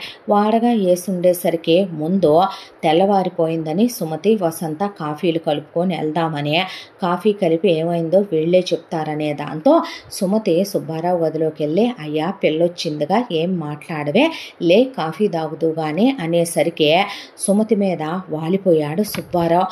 దాంతో ఆవిడ నాడి పట్టుకొని చూస్తే ముక్కు దగ్గర ఊపిరాడట్లేదు. దాంతో మనిషి చనిపోయాడని ఆవిడకి అర్థమైంది. చూస్తే అలా టేబుల్ మీద పేపర్ వెయిట్ కింద లెటరు రెపరెపలాడుతుంటే వెళ్ళి ఆ లెటర్ చేతిలోకి తీసుకుంది సుమతి. సుమతి, నేను మనిషిగా చచ్చిపోయాను. నిన్న రాత్రి నీకొక విషయం చెప్పనా? చిన్నప్పటి నుంచి స్వామీజీ నువ్వు కడుపుతో ఉన్నప్పుడు మనకి ఆడపిల్ల పుట్టుద్దని ఆ రోజు ఆయన నేను తీసుకొచ్చేవాడితో కాకుండా అమ్మాయిని వెతుక్కుంటూ వచ్చేవాడితో అమ్మాయి జీవితంలో ఆనందంగా ఉంటుందని చెప్పిన క్షణం నుంచే దాన్ని కట్టుబాట్ల పేరుతో, నిబంధనల పేరుతో, సంస్కృతులు సాంప్రదాయాల పేరుతో, సంస్కారం పేరుతో దాన్ని కొట్టి తిట్టి నరకాలు పెట్టి వర్ణని నెత్తికెక్కించుకొని కన్నబిడ్డ అయిన సఖిని చిత్రహింసలకి గురి చేస్తూ పెంచాను. చివరికి దాన్ని కడుపు నిండా తిన్నిచ్చింది లేదో, నచ్చిన బట్టలు కట్టుకొనిచ్చింది లేదో, దాన్ని చివరికి చదువుకోవాలన్నా కూడా దాంతో కాళ్ళు పట్టించుకొని ఆ చదువు చెప్పించానా? ఆ వెధవకిచ్చి సగం ఆస్తి వాడి పేరిట పెట్టి పిల్లనిచ్చి పెళ్లి చేశాను. చివరికి వావి వరుసలు మర్చిపోయి వాడు వర్ణతో చూడకూడని స్థితిలో చూసేసాము నిన్న. ఇక ఏ మేనగోడలనైతే గుండెల మీద పెట్టుకొని పెంచానో, ఏ కన్న కూతురు కన్నా మేనగోడలకి అమెరికా సంబంధం ఇవ్వాలి, నా మేనగోడలకి అత్త ఆడపడుచులో లేని సంబంధం చూసి ఇవ్వాలి, ఆంజనేయులు లాంటి వాడికే ఇచ్చి చెయ్యాలి, అప్పుడే నా మేనగోడలు సుఖపడుద్దే, నా కూతుర్ని అంతింట్లో ఇచ్చిన నెగ్గుకు రాగలదో, కానీ వర్ణ అలా కాదని ఇంకా మేనమావగా నేను వాళ్ళమ్మకి పెట్టింది కాక దానికి ఏదో పెట్టాలనే చాలా కలలు కంటూ వచ్చాను. ఈరోజు నా కూతురు దృష్టిలో తండ్రిగా నేను అది రాత్రి చూసిన చూపుకే చచ్చిపోయాను. మొట్టమొదటిసారి విధిని ఎదిరించి, తలరాతల్ని ఎదిరించే, దేవుడు రాసిన రాతను ఎదిరించి ముందుకు వెళ్ళాలనుకున్న నేను ఓడిపోయాను. ఆ రోజు స్వామీజీ చెప్పింది నువ్వు నీ బిడ్డని ప్రేమించొద్దని కాదు, కొట్టమని తిట్టమని కాదో, దాన్ని చిత్రవదలకి గురి చేయమని కాదో. ఆయన చెప్పింది నువ్వుగా ఏ సంబంధాలు వెతకొద్దో, ఆ అమ్మాయిని ప్రయోజకురాల్ని చేయి, తన కోసం ఒకడు వస్తాడో, ఆ వచ్చేవాడు వచ్చేంత వరకు పెళ్లి విషయంలో నువ్వు కంగారు పడొద్దనే. కానీ నేను దాన్ని మరొకలా తీసుకునే, అది లేచిపోద్ది, తప్పు చేసుద్ది, కడుపులు తెచ్చుకుంటుంది, కాళ్ళు జారుద్ది అనే దాంతో దాని జీవితంలో సుఖం, సంతోషం, ఆనందం, తండ్రి ప్రేమ ఏమీ లేకుండా చేసేసాను. చివరికి దాని దృష్టిలో ఏ రోజో పోయిన ఈ తండ్రి ఈరోజు పోతున్నాడో, ఈ తండ్రికి కడసారి నన్ను క్షమించాను అంటానికి గుర్తుగా దాని చేత్తో తలకొడివి పెట్టమనో, నాకు కూతురైన కొడుకు కమ్మనమని చెప్పు. ఈ తండ్రిని మనసారా క్షమించమన్నాననే, దాన్ని కాళ్ళు పట్టుకోవాలన్నా, దాని కళ్ళల్లోకి చూసి మాట్లాడాలన్నా ముఖం చెల్లట్లేదు. నీకు నా కడసారి క్షమాపణలో ఏ రోజు నేను నిన్ను భారీగా బాధే పెట్టానో, నిన్ను అర్థం చేసుకోలేదు. నువ్వు పాప విషయంలో ఎన్నోసార్లు అలా ఉండొద్దని చెప్పినా వినలేదు. కడదాకా తోడుంటానని మన పెళ్లినాడు ప్రమాణం చేసే ఆత్మహత్య మహాపాపమని తెలిసే జీవితాన్ని ముగిచ్చేస్తున్నాను అని ఇదే కడసారి వీడ్కోలు అమ్మాయికి నా క్షమాపణలు అని కింద సుబ్బారావు అని సంతకం పెట్టిన అక్షరాలు. అచ్చు ఇలాగే అక్కడ వసంత చేతిలో ఆంజనేయులు రాసిన ఉత్తరం. వసంత, కూతురు పుట్టిన రోజున నా తల్లే పుట్టిందనుకున్నాను. నా తల్లి స్థానాన్ని నీకు కూడా ఇవ్వలేని నేను దాన్ని గుండెల మీదే పెట్టుకొని పెంచాను. అక్షరాలు రాస్తున్నా కన్నీళ్లు అడ్డొచ్చి అక్షరాలు కళ్ళకి కనిపించట్లేదు. మేనగోడలైన సఖిని మీ అన్నయ్య నరకాలు పెట్టి పెంచుతున్నా నా బిడ్డ లాంటిదే అది అని చూసి కూడా మీ అన్నయ్యకి భయపడి మౌనం వహించాను. నా కూతురు జీవితం సంతోషంగా ఉండాలనే, ఆస్తంతా దాని పేరు మీదే రేపు పెట్టాలనే, దానికి పెద్ద సంబంధం తేవాలని కలలు కన్నాను. వావి వరుసలు మర్చిపోయి అన్న వరుస అయ్యే వాడితో నీ కూతురు కాలు జారుతూ కనిపించిందే. కనీసం మనుషులు ఉన్నారనే స్పృహ కూడా మర్చిపోయి వీడియోల్లో చూపించినట్టు అశ్లీలంగా ఒక వేశ్యలా దిగజారిపోయి ప్రవర్తించిన దాన్ని చూసిన క్షణమే ఈ తండ్రి చచ్చిపోయాడో. ఇంకా నాకు బ్రతికే అర్హత లేదో. నన్ను నమ్మి పెళ్లి చేసుకున్న వసంత, కడదాకా నీతో తోడు ఉండలేనందుకు నన్ను మన్నించు. కూతురుగా దాని ముఖం కూడా నేను చూడాలనుకోవట్లేదో. నా తలకొరివి కూడా దాంతో పెట్టించి నా శవాన్ని కూడా తాకనివ్వద్దు. ఇది నీ మెళ్ళో తాళి కట్టినందుకు నా అక్కడి కోరికనే ఆంజనేయులు రాసేసరికి ఇద్దరు బయటకు వచ్చారు. వచ్చాక ఒకళ్ళ చేతుల్లో ఉత్తరాలు ఇంకొకళ్ళు తీసుకొని చదివారు. మీ అన్నయ్య పోయాడు వసంత, ఆయన పోయాడు వదిన అన్నాక ఆ మాట విన్న సఖి తలుపు తీసుకొని బయటకు వచ్చిందే. ఊళ్ళో వాళ్ళకి తెలిసి పక్కపక్కనే శవాల్ని పడుకోబెట్టారు. సుమతికి వసంతకి కంట కన్నీరు రాలేదు. భర్త అతిగారాభంతో పెంచి చెడగొట్టాడా వర్ణనే అనేది వసంత బాధ. కూతుర్ని నరకాలు పెట్టి కూతురు జీవితం ఇలా కావటానికి కారణమయ్యాడా సుబ్బారావు అనేదే సుమతి బాధ. అలా సఖి కూర్చుండిపోయిందే. శవాల్ని కూడా ఎత్తకముందే కారేసుకొని రవీంద్రని తీసుకుని వర్ణ వాళ్ళ చుట్టాలని తీసుకుని అక్కడికి వచ్చింది. వచ్చి రావటంతోనే వసంత లేచి వర్ణ దవడ పగలగొడితే తిప్పి వసంత మీద చెయ్యెత్తే. ఊళ్ళో వాళ్ళందరూ ఉండగానే బజారు దాన వావి వరుసలు మర్చిపోయి ఒడై నీచుడా, అది నీకు చెల్లెలవుద్ది, వాడు నీకు అన్నయ్య అవుతాడో, ఎలా పక్క పంచుకోగలిగావే అనేసరికి నోరు ముయ్యవమ్మా చాలేగానే. దీనికి పెళ్లి చూపుల రోజు దీన్ని చూడటానికి వచ్చినప్పుడే రవీంద్ర మీద నాకు క్రష్, తనకి నా మీద ఒక ఇష్టం. ఇన్స్టాగ్రాము ఫేస్బుక్లో పెరిగిన మా పరిచయం, ఫోనుల్లో మాట్లాడుకున్నాం. దీనికి పెళ్ళి ఫిక్స్ అయినప్పుడే దీని ఎంగేజ్మెంటు, దీని పెళ్ళిలోపే మేము చాలాసార్లు కలిసి ట్రిప్పుకు కూడా వెళ్ళొచ్చాం. మరి అప్పుడే నువ్వే చేసుకోవలసింది కదే. కానీ పెళ్ళి ఫిక్స్ అయిన తర్వాత తను డెసిషన్ మార్చుకోవటం బాగోదన్నాడు. పర్లేదులే అనుకున్నాను నేను కూడాను. ఆ తర్వాత పెళ్ళైన రవికి ఇది ఇచ్చే సుఖం సరిపోలేదు. చివరికి వీడియోలు చూపించినా పుస్తకాలు చదివించినా ఏం చేసినా ఇది దీని అవతారం. నేనెంతైనా అందంగా ఉంటాను కదా, ఇది రవిని సాటిస్ఫై చేయలేకపోయిందే. దాంతోనే తప్పే ఉంది అనిపించిందే. అయినా మా అబ్బాయి ఏమన్నా మీ అమ్మాయికి సొంతన్నయ్య ఏంటి అని రవీంద్ర వాళ్ళ అమ్మ అంటుంటే నోరు ముయ్యవే దరిద్రపు దాన థూ అన్న తర్వాత ఇంకా ఎగస్ట్రాలు ఆపి మరీ అతి ఎక్కువ చేశారు, తగ్గించండి అన్నాడు రవీంద్ర. అన్న తర్వాత ముందు ఈ దరిద్రపు శవాలను ఎత్తేసి ఇంట్లోంచి బయటికి నడవండి అంటే, ఎందుకు నడవాలంటే ఆస్తి నాది కాబట్టి. ఏంటి ఎలా అయిందమ్మా నీది అని అప్పటికే షాక్ కొట్టిన ఊళ్ళో వాళ్ళు అడిగేసరికి ఎలా అయ్యేదేముంది, మా మావయ్యకి మా నాన్నకి తెగ కారుద్ది కదా నా మీద, పేపర్లు తెచ్చి సంతకాలు పెట్టమన్నాను, పెట్టారు, ఈగో ఈ ఆస్తంతా నాదే అని శవాలనెత్తేసి తొందరగా వెళ్ళిపోండనే. అలా శ్మశానాలకు వెళ్ళి నువ్వే కానిచ్చేయమ్మా అనే అలా కూర్చున్నారు సుమతి వసంత. ఇప్పుడు సఖి పోయిన వాళ్ళ మీద పగ తీర్చాలా, లేదంటే తండ్రి ఆఖరి కోరిక చచ్చిన శవం మీద ఏం పగపడతానని తగలయ్యాలా అనే తగలబెట్టేశాక వెళ్ళి నదిలో మునిగి ముగ్గురు అలా కూర్చున్నారు.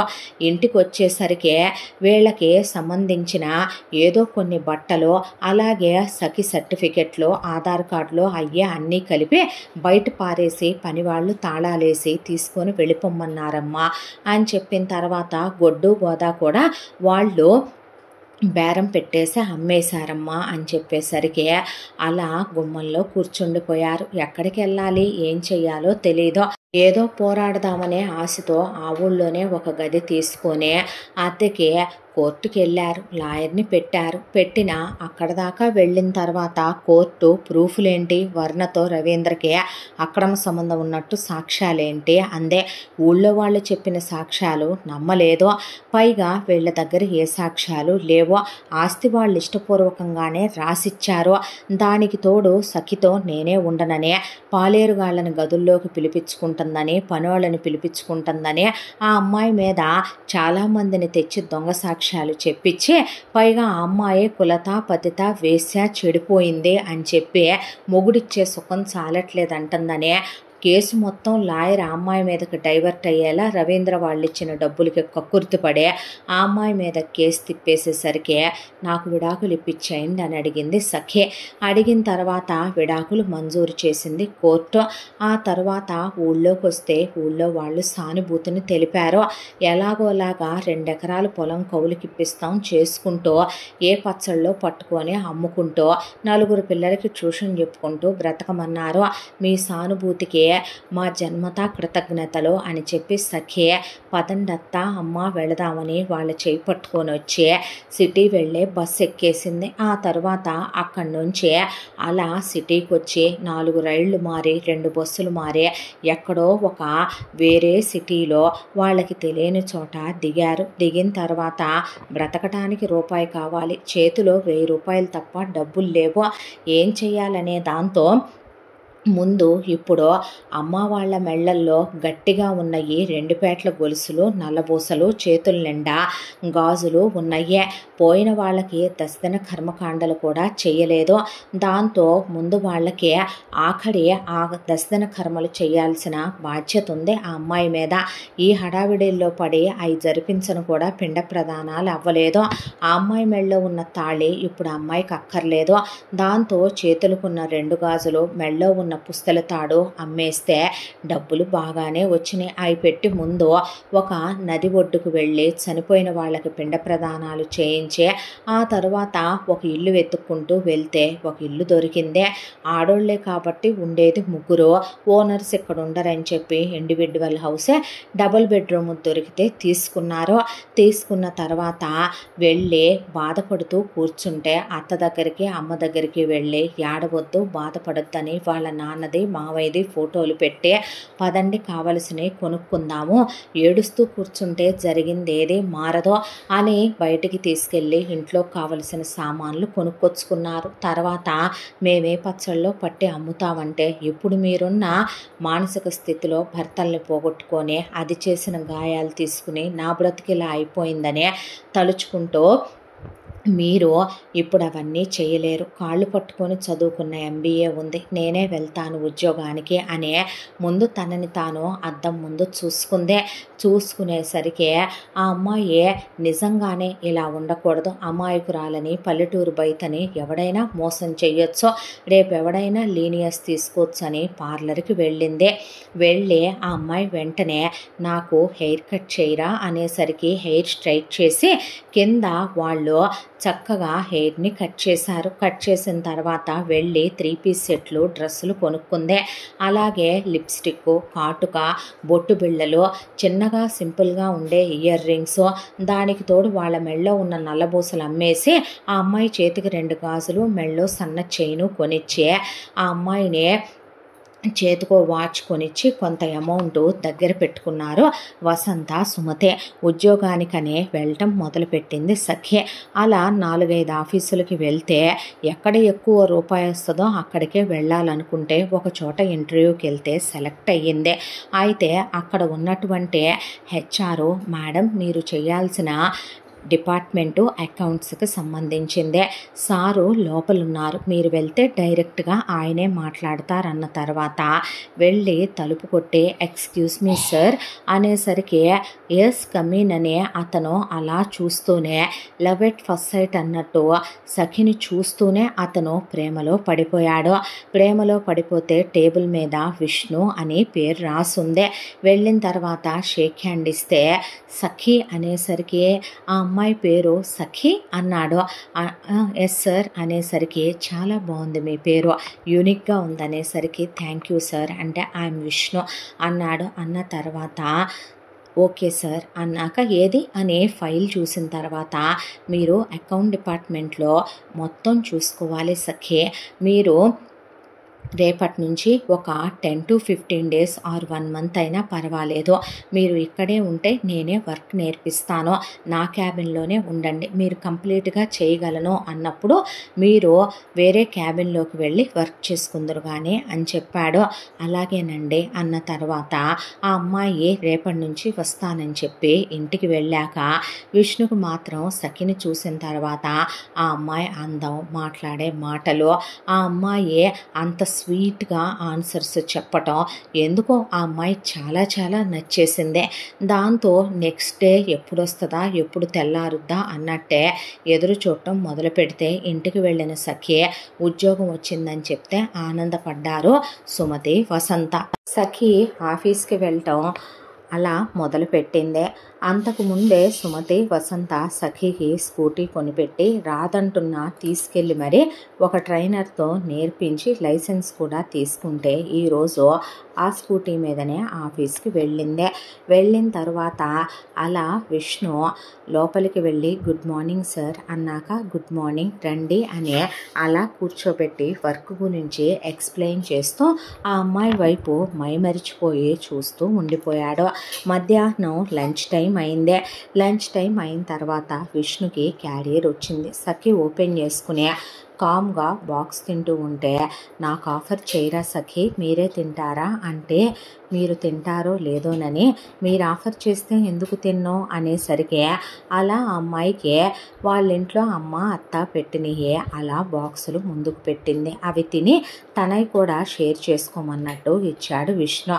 ఎలా ఉన్నాయి అన్న తర్వాత బాగున్నాయండి అన్నాక మీకు బాగా మొహమాటం ఎక్కువ అనుకుంటా, మా ఇంట్లో కుక్ ప్రిపేర్ చేసేవేలే, ఇంతకన్నా అవి టేస్టీగా ఉండవు, టేస్ట్ ఎక్స్పెక్ట్ చేయకూడదు అన్న తర్వాత అమ్మ చేశారు మా ఇంట్లో అన్న తర్వాత అందుకే అంత కమ్మగా ఉందే అని ఇద్దరు మాట్లాడుకుంటూ తిన్న తర్వాత తనతో పాటు కాఫీ అని జ్యూస్ అని ఇట్స్ ఓకే అన్న పర్లేదు తీసుకోమని ఆ అమ్మాయికి కూడా ఆఫర్ చేసి ఈవినింగ్ ఎలా వెళ్తారు అన్న తర్వాత స్కూటీ ఉంది సార్ అని చెప్పిన తర్వాత ఇలా ఒక 10 రోజులు గడిచిపోయిన తర్వాత సఖి ఏమీ తోచట్లేదు, అలా ఈవినింగ్ కాస్త బయటికి వెళదాం వస్తారా నాతో అనేసరికి సార్ అంటే ఇఫ్ యూ డోంట్ మైండ్ ఫ్రెండ్లీగానే రమ్మంటున్నాను అన్న తర్వాత అలాగేనండి అనే స్నేహానికి పడుదులేంటో అవి ఎంతవరకు ఉంటాయో వాటిని ఎక్కడ దాకా ఉంచాలో సఖికి బాగా తెలుసు. దాంతోనే విష్ణు వెంట వెళ్ళేసరికి ఆ అమ్మాయిని అలా బయటికి తీసుకెళ్ళి ఇది నా ఫేవరెట్ ప్లేస్ అని, ఇక్కడ చాలా బాగుంటుందని మాట్లాడుతూ ఉంటే ఆ అమ్మాయి అవునా అంటే ఆ అమ్మాయిని ఫుడ్ కోర్టు తీసుకెళ్ళి ఇందులో ఇది వేసుకొని తిను సఖి, అది వేసుకొని తిను సఖి అని చెప్తూ ఆ తర్వాత ఆ అమ్మాయి వైపు చూస్తూ చాలా సింపుల్గా ఉంటావు నువ్వు అనేసరికి నవ్వేసింది. ఆ తర్వాత ఫ్రెండ్స్ అనే చేయి చాపాడు. ఫ్రెండ్షిప్కి ఆడ మగ భేదమే ఉంటుంది, షేక్ హ్యాండ్ ఇచ్చింది. ఆ తర్వాత నుంచే ఆ అమ్మాయిని మీరు దగ్గర నుంచి నువ్వు దగ్గర నుంచి రా అనేదాకా వచ్చాడు విష్ణు. ఇంకొక 15 daysలో ఆ అమ్మాయిని బయటికి వెళదాంగా అంటాం, ఫ్రీక్వెంట్గా బయటికి తీసుకెళ్దాం, సినిమాకి వెళ్దాంగా ఈరోజు అంటాం, టెంపుల్కి వెళ్దామా ఈరోజు అంటాం, ఈరోజు అలా కాస్త ఎక్కడికైనా వెళ్ళి డిన్నర్ చేద్దాం కదా అంటాం. ఇద్దరు మంచి స్నేహితులయ్యారు. సఖి ఏదైనా చెప్తే విష్ణు ఆఫీస్లో కాదనడో, ఆ అమ్మాయి వర్క్ నేర్చుకున్నాను ఇంక నేను వేరే వర్క్ చేసుకుంటానన్నా ఆ అమ్మాయి ఎక్కడ తన నుంచి రేపటి నుంచి ఎదురుగా ఉండదో అనే దాంతో ఎదురు క్యాబినే ఇచ్చి ఆ అమ్మాయిని అలా చూసుకుంటూ ఉంటాడు ఆఫీసులో కూడా. ఆ అమ్మాయితో పాటు కలిసి లంచ్ చేయటం, కలిసి కాఫీ తాగటం, ఆఫీస్ విషయాలు ఏవైనా ఆ అమ్మాయి సార్ అంటే సార్ అనొద్దని విష్ణు అని పిలవమని, తను మాత్రం ఆ అమ్మాయిని అదిరా ఇదిరా అలారా ఇలా రా అని చెప్పి తనకిచ్చే ఈక్వల్ ప్రయారిటీ ఆ అమ్మాయికి ఇవ్వాలని, ఆ అమ్మాయి డెసిషన్కి తనకిచ్చినంత వాల్యూ ఇవ్వాలని ఆఫీస్లో కూడా మీటింగ్ పెట్టి చెప్తే ఆ అమ్మాయి అలా చూసిందే. ఆ తర్వాత ఇది ఇలా చేద్దాంగా విష్ణు అంటే, నాకు చెప్పాల్సిన అవసరం ఏంటి, నువ్వు డెసిషన్ తీసేసుకోరా, నువ్వు నేను వేరు కాదని తనే ఆ అమ్మాయికి అంత ఫ్రీడమ్ ఇచ్చాడు. ఆ తర్వాత ఇలా ఉండగా ఒక రోజున మనసేమీ బాలేదురా, ఈవినింగ్ బయటకు వెళ్దామా అంటే అలాగే అని ఇద్దరూ కలిసి బయటికి వెళ్తూ ఉండగా చిరుజల్లు కురుస్తూ ఉంటే అలా లాంగ్ డ్రైవ్లా తీసుకెళ్ళాడు. కాసేపటికి వర్షం తగ్గేసరికి ఒక చోట చాలా ప్రశాంతంగా ఉండే అలా 2 లైట్ల మధ్య ఒక బెంచ్ వేసి చూడటానికి సీనరీ చాలా అద్భుతంగా ఉంది. చల్లని గాలులు వస్తూ ఉండగా చాలా బాగుంది ఇక్కడ అనేసరికి, ఇది మనదే, ఇక్కడ ఎప్పుడో నేను ఇలా చేయించుకున్నాను, మనసు బాగోనప్పుడు ప్రశాంతంగా ఉండాలనుకున్నప్పుడు ఏదైనా ఆలోచన అలా వచ్చినప్పుడు ఇక్కడికి వచ్చి కూర్చుంటూ ఉంటాను. ఈరోజు ఇలా మన ఇద్దరం వచ్చామని ఆ అమ్మాయిని బెంచ్లో కూర్చోబెట్టాడు. కూర్చోబెట్టిన తర్వాత ఆ అమ్మాయికి తన మనసులో మాట చెప్పాలంటే ముందు అసలు ఆ అమ్మాయి గురించి తను తెలుసుకోవాలి కదా. దాంతో సఖి, నీ గురించి అసలేమీ నాకు చెప్పలేదేరా, మన ఇద్దరం ఫ్రెండ్స్ కదా, అడగొచ్చా నీ గురించి అంటే, నా గురించి నీకేం తెలియదు విష్ణు, నా పేరు తెలుసు, నేను తెలుసు, అది కాదురా అమ్మ నాన్న ఫ్యామిలీ అనేసరికి, ఫ్రెండ్గా అడుగుతున్నాను తప్పుగా అనుకోకు అనేసరికి, ఎందుకు తప్పుగా అనుకోవటం అనే సఖి వాళ్ళ నాన్న సుబ్బారావు దగ్గర మొదలుపెట్టి వాళ్ళు సిటీకి వచ్చి విష్ణు దగ్గర ఉద్యోగంలో చేరేంత వరకు మొత్తం చెప్పిందే. అంతా విన్న తర్వాత విష్ణుకి చాలా బాధ అనిపించింది. అతనికేమి ఆ అమ్మాయి మీద ఉన్న ఇంప్రెషను, ఆ అమ్మాయి గతం చెప్పటం వల్ల ఆ అమ్మాయి ఒక మొగుడితో కాపురం చేసి తాళి కట్టించుకొని విడాకులు ఇచ్చారని నింద అమ్మాయి మీద వేశారని చెప్పినప్పుడు వర్ణ సిగ్గు విడిచి రవీంద్రతో అలా చేయకూడని పనులు చేసిందన్నప్పుడు విని విచిత్రంగా ఏమీ విష్ణుకు అనిపించలేదు. ఆ అమ్మాయి మీద ఉన్న ఎలాంటి ప్రేమ అతనికి తగ్గలేదు. అలాగే వింటూ కూర్చున్న బాధ అనిపిస్తోందా అన్నాడు. ఏం చేద్దాం, బాధ అనుకుంటే ఒకటి చెప్పనా విష్ణు, ఆడపిల్లలు ధైర్యంగా బ్రతకాలి, ఎవరికి వాళ్ళు సెల్ఫ్ మోటివేట్ అవ్వాలి. ఇప్పుడు ఈ విషయం గురించి నేను అందరికీ చెప్పుకుంటాను, సానుభూతి పొందుతాను, జాలి పొందుతాను, అందువల్ల వచ్చే ఉపయోగం ఏంటంటావు, నాకు అలాంటి అక్కర్లేదు. జరిగిన సంఘటనల వల్ల నిజం చెప్పాలంటే నాలో ధైర్యం పెరిగిందే, తెగింపు పెరిగిందే, బ్రతుకు మీద ఆశ కలుగుతోంది, నేను బ్రతకగలను అనే నమ్మకం వచ్చింది, నా కాళ్ళ మీద నేను ఆధారపడగలను అనుకుంటున్నాను. ఈరోజు ఇలా ఇంట్లో నుంచి బయటకు వచ్చి మగాళ్ళతో మాట్లాడాలంటేనే భయపడే నేను నీతో ఇలా వచ్చి కూర్చొని మాట్లాడుతున్నానంటే నాకు నేను ఎంత ధైర్యం చెప్పుకున్నానో, ఎంత మూవ్ ఆన్ అయ్యానో నువ్వు అర్థం చేసుకోవచ్చు. గడిచిపోయిన గతాన్ని తలుచుకుంటూ ఏడుస్తూ బ్రతకాలని లేదో, అలాగనే కొత్త రిలేషన్షిప్ల్లోకి వెళ్ళాలని కోరుకోవటమో లేదో, లైఫ్ ఇలా ప్రశాంతంగా సాగిపోతుంటే బాగుందన్నాక నా గురించి నువ్వు అడిగావు, నీ గురించి చెప్పలేదు, అడగొచ్చా అని అడిగింది సఖి విష్ణునే. అందులో చెప్పకపోవటానికి ఏముందిరా, నీ దగ్గర తాతగారి పేరు మాధవరావు గారు, మా తాతగారే ఈ వ్యాపారాన్ని పెట్టారు, మాకు ఊళ్ళో పొలాలు స్థలాలు స్థిరచరాస్తులు చాలా ఉన్నాయి. తాత నానమ్మ అన్యోన్య దాంపత్యానికి నాన్నగారు విశ్వనాథ్ గారు ఒక్కరే కొడుకు. నాన్నగారు పుట్టగానే నానమ్మ కాలం చేసిన తాతగారు వ్యాపారంలో పడిపోయి మళ్ళీ పెళ్లి చేసుకోలేదు. నాన్న అబ్రాడ్ వెళ్ళి చదువుకొని వచ్చారు. ఆ తరువాత అనుకోకుండా ఒక టెంపుల్లో అమ్మని చూశారు. సేమ్ క్యాస్ట్ కాకపోయినా తాతయ్య అభ్యుదయ భావాలు ఉన్న వ్యక్తి. చివరికి కానీ కట్నం ఇచ్చుకోలేని పేదరికంలో ఉన్న అమ్మని నాన్న ఇష్టపడుతున్నారనే దాంతో అమ్మనిచ్చి నాన్నకి పెళ్లి జరిపించారు. నాన్నకి ఫారెన్లో ఉండి రావటమో ఏమో లైట్గా ఆల్కహాల్ అలవాటు ఉంది. ఆ తర్వాత అమ్మ నాన్నంటే పడి చచ్చిపోయేదంట. ఇద్దరూ అన్యోన్యంగా ఉండేవాళ్ళంట.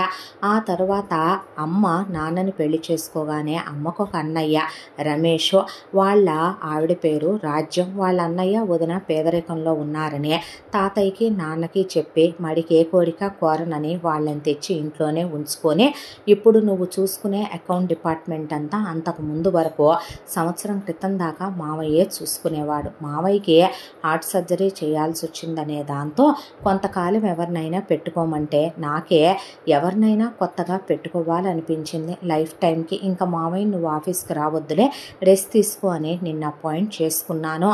ఇక అమ్మ విషయం, అమ్మకి మొదటి నుంచే నాన్న అంటే చాలా ఇష్టం, చాలా ప్రేమ. అలాగే మావయ్య మాట అంటే వేదవాక్కు. అమ్మ ఒక మాట మాట్లాడింది అంటే ఆ మాట అత్తయ్య మావయ్య చెప్తే నందిని పందన్నా, పందిని నందన్నా, నక్షత్రాలతో నిండిన ఆకాశం కారు చికట్లన్నా సరే అది నిజమే ననేస్తుంది. అమ్మ తత్వం అదే. 3 సంవత్సరాలు వీళ్ళకి పిల్లలు లేరు. ఆ తర్వాత అమ్మ ప్రెగ్నెంట్ అయితే నాన్నకి అమ్మ మీద ఒక అనుమానం. ఎందుకు క్రియేట్ అయిందో, ఎలా క్రియేట్ అయిందో తెలియదు. అమ్మ తిరుగుబోతని, అమ్మ కడుపులో ఉన్న నేను తన బిడ్డని కాదని, ఆ కడుపు ఎవడికొచ్చిందని గొడవాడేసరికి తాతగాడికి కట్టుకున్న భార్యని అవమానించటం, అనుమానించటం, నిందించటం, అలా వారసుల్ని మాకు పుట్టలేదని అంటాం, అలాంటి నచ్చవు. దాంతో వీళ్ళ మధ్య పెరిగిపోయిన గొడవ తాతకి నాన్నకి మధ్యకి వెళ్ళిపోయింది.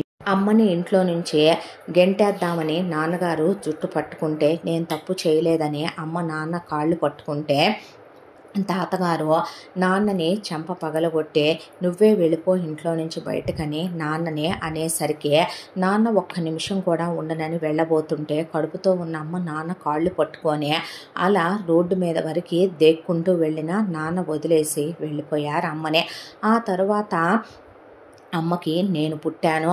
ఆ తర్వాత అత్తయ్య మామయ్యకి వాళ్ళ కూతురు కీర్తి పుట్టింది, నా మరదలో. చిన్నప్పటి నుంచే అమ్మకి అత్తయ్య మాటన్నా మామయ్య మాటన్నా వేదం. వాళ్ళ మాట కాదనదో. నాన్న వెళ్ళిపోయిన అమ్మ నాన్నని చాలా ఇష్టపడేది, చాలా ప్రేమించేది.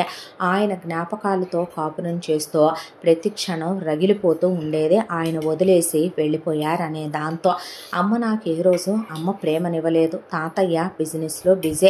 అత్తయ్య మామయ్య నా గురించి పట్టించుకున్నది లేదో. చిన్నప్పటి నుంచి హాస్టల్లోనే పెరిగాను. ఇంటర్ అయిపోగానే తాతయ్య అబ్రాడ్ పంపించేశాడు. అక్కడికి వెళ్ళిన తర్వాత లూసీ అనే ఫారినర్తో పరిచయం అయ్యింది. డీప్గా ప్రేమించుకున్నాం. లివ్ ఇన్ రిలేషన్షిప్లో ఉన్నాను. అక్కడ పెళ్ళిళ్ళంటే అంత యాక్సెప్టెన్స్ ఇవ్వరేమో కానీ లివ్ ఇన్ రిలేషన్షిప్లకి రెడీగానే ఉంటారు. నేను ప్రేమిస్తే ప్రాణం ఇస్తాను. చాలా క్లోజ్గా ప్రేమించుకున్నాం. ఫిజికల్గా కూడా అన్ని సంవత్సరాలు క్లోజ్ అయ్యాము. ఆ తర్వాత నేను తన కోసం అక్కడే ఉండిపోదాం అనుకున్నాను. నాకేమీ ఈ బిజినెస్ మీద అంత ఇంట్రెస్ట్ లేదు. లేదా తను ఇండియా వస్తానన్నా తీసుకెళ్తానని చెప్పాను. ఆ తర్వాత చదువు అయిపోయాక 1 year అక్కడే జాబ్ చేశాను. చదువుకున్నన్నాళ్ళు అంతా బాగానే ఉంది. తాతయ్య ఇంత అని లెక్క అడగకుండా డబ్బులేయటం వల్ల తన ఎక్స్పెన్సెస్ అన్నీ కూడా నేనే చూసేవాడినే. ఫారినర్ అని కూడా ఏ రోజు నేనేం అనేవాడిని కాదు. ఎందుకంటే వాళ్ళు బ్రాడ్ మైండెడ్గా ఉంటారు. వాళ్ళు చిన్న చిన్న బట్టలు వేసుకోవటం అది వాళ్ళకి అలవాటు. నేను అలా ఆడవాళ్ళని బట్టల్ని బట్టో మాటల్ని బట్టో తను స్మోక్ చేస్తానో డ్రింక్ చేస్తానో తప్పు పట్టే అబ్బాయిని కాదు. ఆ తర్వాత ఎప్పుడైతే మేమిద్దరం జాబులకు వెళ్ళామో తన ప్రపంచం పెరిగింది. తనకి వేరే వాళ్ళతో క్లోజ్ అవ్వటం, వేరే వాళ్ళతో తను రిలేషన్లోకి వెళ్ళటం జరిగింది.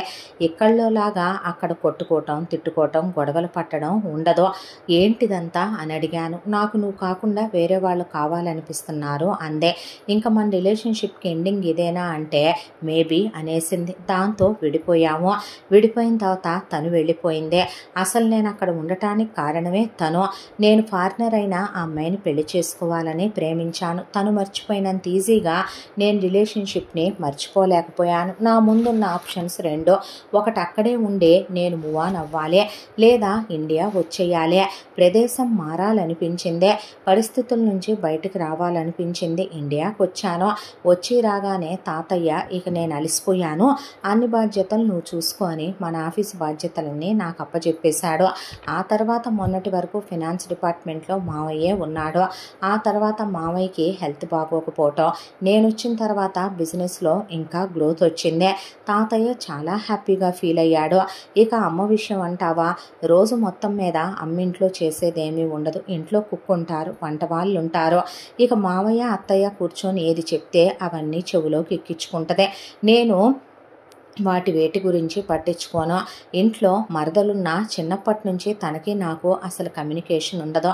కనపడ్డప్పుడు తనేదైనా హాయ్ అంటే హాయ్ అంటాం తప్ప నేనుగా అసలు పలకరించేది కూడా ఉండదు. ఆ తర్వాత ఇలా ఆఫీసులో ఉంటూ నువ్వు వచ్చావు, ఇలా మన పరిచయం అనేసరికి నాదేదో పెద్ద బాధ అన్నావు అనేసరికి ఏం చేద్దావురా, ఒక రకంగా నువ్వు పెళ్ళనే దానిలోకి వెళ్ళి బయటకు వచ్చావు. నా వాడికి మనకు నచ్చని ఏ బంధంలోనూ ఉండాలనుకోను నేను. మన లైఫ్ హ్యాపీగా ఉండాలంటే మనతో ఉండేవాళ్ళు కూడా మనతో హ్యాపీగా ఉండగలగాలి. రెండు చేతులు కలిస్తేనే చప్పట్లు అంటారు పెద్దవాళ్ళు.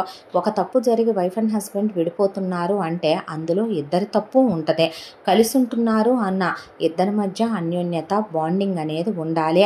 అవి లేకుండా పెళ్ళిళ్ళల్లోకి వెళ్ళటం తప్పు, వెళ్ళిన తర్వాత విడిపోవటం మరొక తప్పు. అలా కొన్ని జరిగిపోతూ ఉంటాయి. నీ విషయంలో మీ ఫాదర్ తీసుకున్న డెసిషన్కి నువ్వేం చేయగలుగుతావు అన్నాక అలా మాట్లాడుకొని ఇద్దరు వచ్చిన తర్వాత అమ్మాయిని ఇంటి దగ్గర దింపాడు. రావచ్చుగా అంటే ఈ టైంలో వదిలే సమ్ అదర్ టైం అన్నాక ఆ అమ్మాయి పట్టుపట్టి ఒకరోజు ఇంటికి తీసుకెళ్ళింది. డిన్నర్కే తీసుకెళ్తే సుమతిని, వసంతని చూశాడు. వాళ్ళు కమ్మగా వండి పెడితే తిన్నాడు. అలా ఒక 5-6 సార్లు వాళ్ళ ఇంటికి వెళ్ళాక సఖిని కూడా తనెందుకు వాళ్ళ ఇంటికి తీసుకెళ్ళకూడదు, తను రేపు ఆ అమ్మాయిని పెళ్లి చేసుకోవాలనుకుంటున్నాడు. ఆఫీసులో అప్పగించిన బాధ్యతలు ఇంట్లో కూడా ఎందుకు అప్పగించకూడదు అనే దాంతో ఆ అమ్మాయితో బాగా చనువు పెరిగిపోయింది. చిన్నప్పటి నుంచి తల్లి దగ్గర ఏ ప్రేమను చూడలేదో, ఏ గారాలు పోలేదో సఖి దగ్గర తెగ గారాలు పోయేవాడో. ఆ అమ్మాయిని ఇంటికి తీసుకెళ్ళి తాత నేను చెప్పానుగా అనే పరిచయం చేసిన తర్వాత అలా వాళ్ళ అమ్మకి ఇంట్లో వాళ్ళకి కూడా చూపిస్తే నమస్తే అన్నాక తాతగారితో మాత్రం సఖి బాగా కలిసిపోయింది.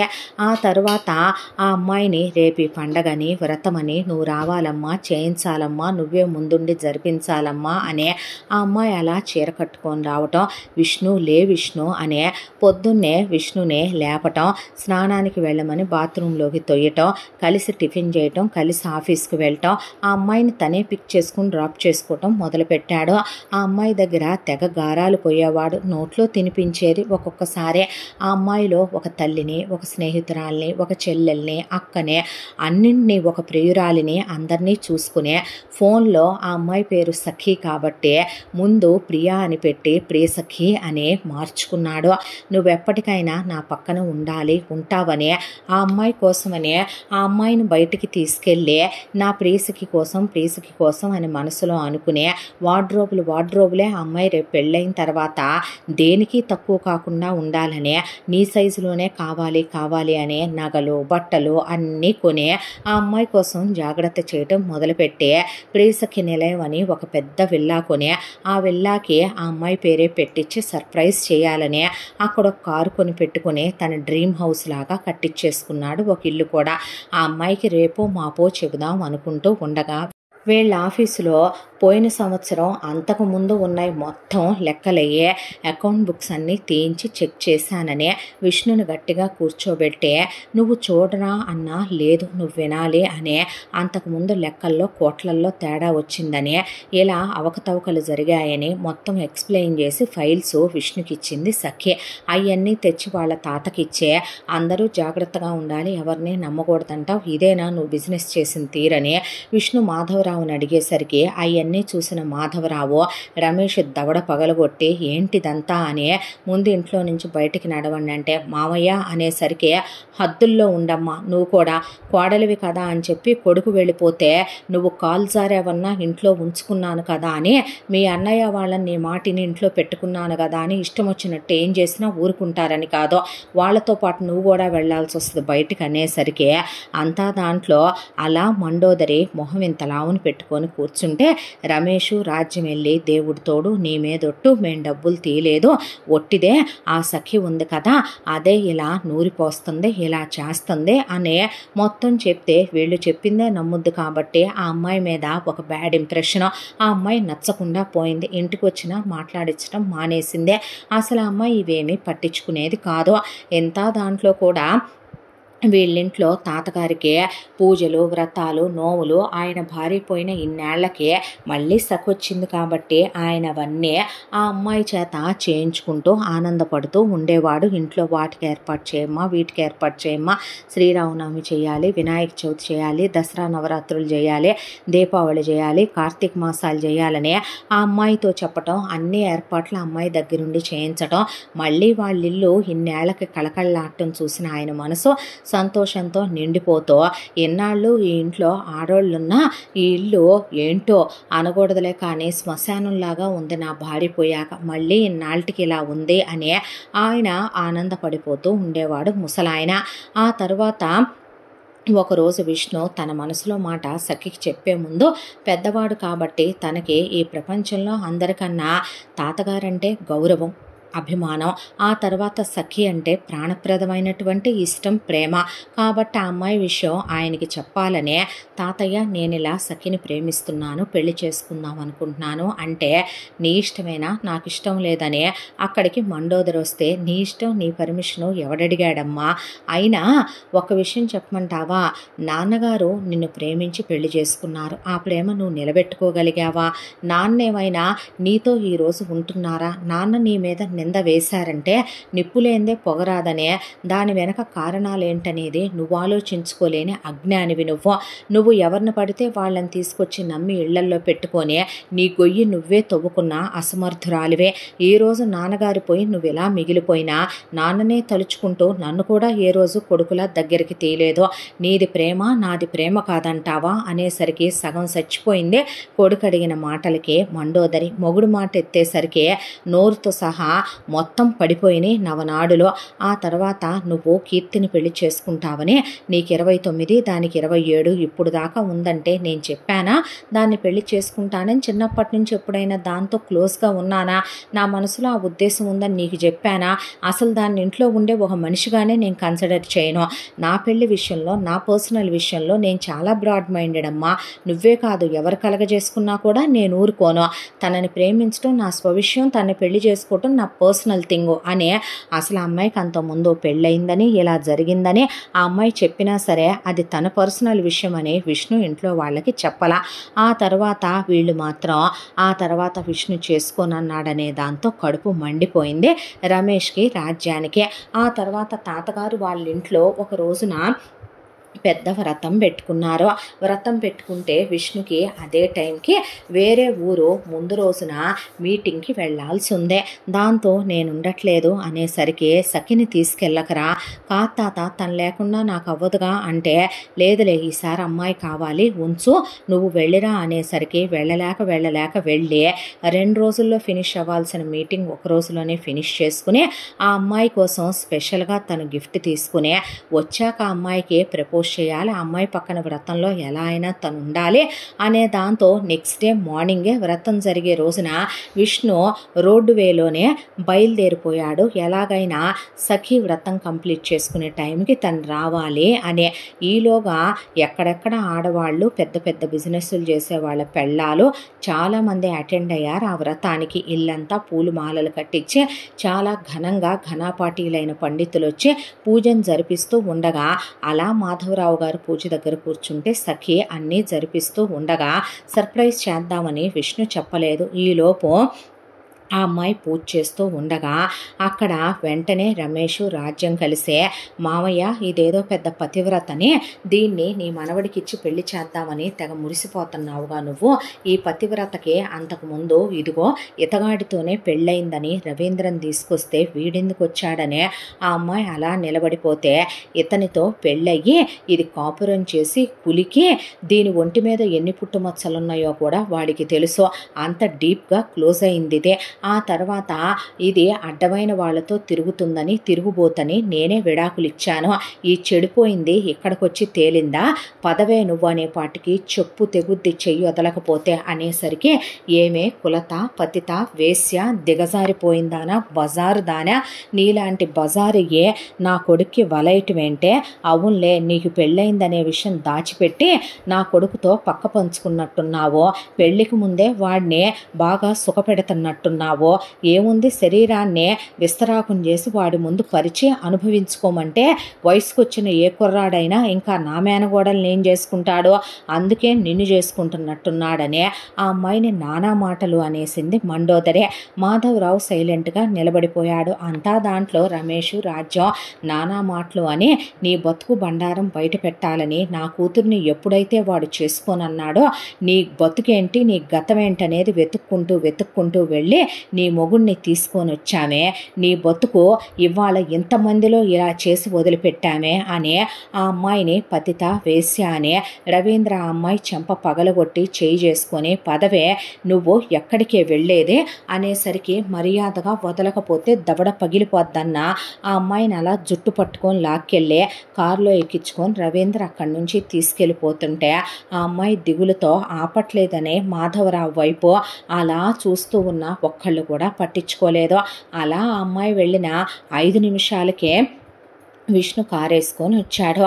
సఖి ఏది తాత అంటే ఎవ్వరూ మాట్లాడటలేదు. ఈలోపు మండోదరే దానికి అంతకుముందే పెళ్ళయిందంట, ఆడితో కులికిందంట, విడాకులైనవి అంట, నీతో కులకటం కూడా అయిపోయిందిగా, దాని మొగుడొచ్చి జుట్టు పట్టుకొని ఈడ్చుకెళ్ళాడు దాన్ని అనేపాటికి ఏంటి అన్న తర్వాత అవునరా, అది చెప్పకుండా రహస్యాలన్నీ దాసి ఎంత మెయింటైన్ చేసిందో తెలుసా, అందుకే బాగా పెట్టాలి దాన్ని, అది పతితని కులతని వేశ్యని తిరుగుబోద్దని నీతో కూడా తిరిగిందని దాని మొగుడు 4 ఏసి తీసుకెళ్ళాడు అనేసరికి అక్కడి నుంచి ఎంత ఫాస్ట్గా వచ్చాడో అంత ఫాస్ట్గా కార్ డ్రైవ్ చేసుకుంటూ సుమతి వసంతల దగ్గరికి వెళ్ళి రవీంద్ర ఎక్కడుంటాడు అని అడిగితే వాళ్ళ అడ్రస్ చెప్పి ఏం జరిగింది బాబు మేము వస్తామంటే వద్దా అంటే అని చాలా ఫాస్ట్గా కార్ డ్రైవ్ చేసుకుంటూ వెళ్ళేలోపు రవీంద్ర జుట్టు పట్టుకొని సఖిని వాళ్ళ ఇంటికి తీసుకెళ్ళి వర్ణతో నేనెంత క్లోజ్ అయినా వర్ణని పెళ్లి చేసుకున్నా వర్ణకి పిల్లలు పుట్టరనే, తన గర్భసంచికి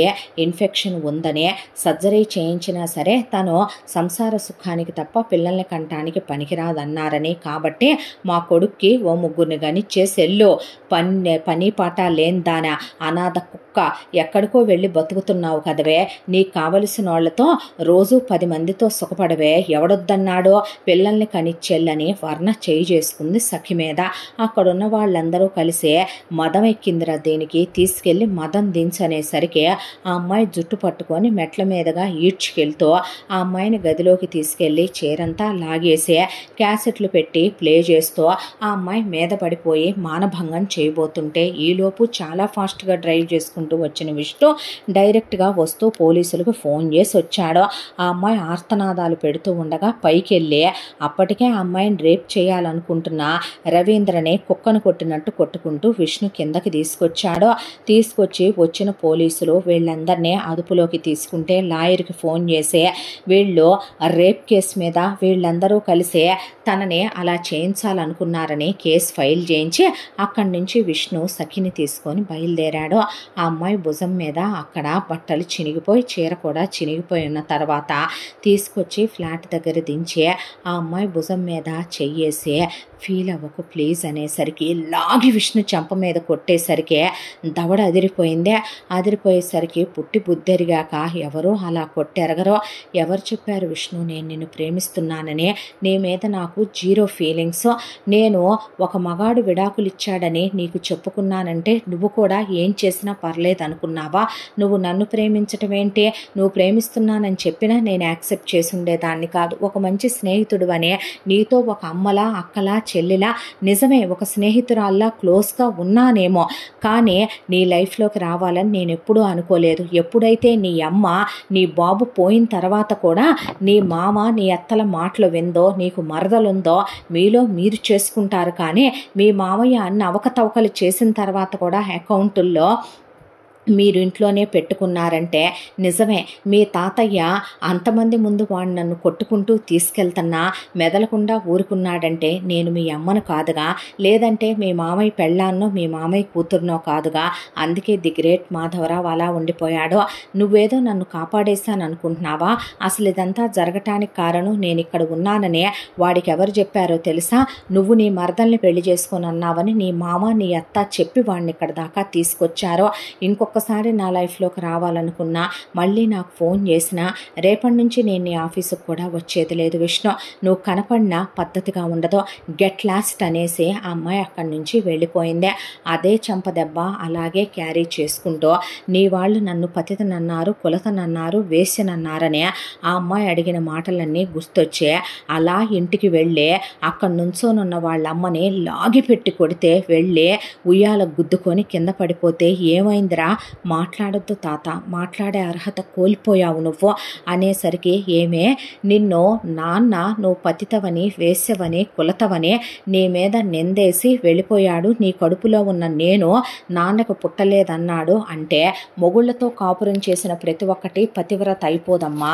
నువ్వు ఎలాంటి దానివో తెలుసా, మొగుడు వెళ్ళిపోయిన తర్వాత అన్నని వదినని పక్కన కూర్చోబెట్టుకొని కన్న కొడుకుని గాలికి వదిలేసి వంటోళ్ళు వండి పెడితే తిని నగలేసుకొని చీరలు కట్టుకొని నావెల్స్ చదువుకుంటూ వీళ్ళు చెప్పిన చెప్పుడు మాటలిని నాన్నను ఊహించుకుంటూ బ్రతకటం కాదే బ్రతుకు. నిన్నంతగా ప్రేమించిన ఆయన ఎందుకు వదిలేసి వెళ్ళిపోయాడో ఆలోచించుకున్నావా?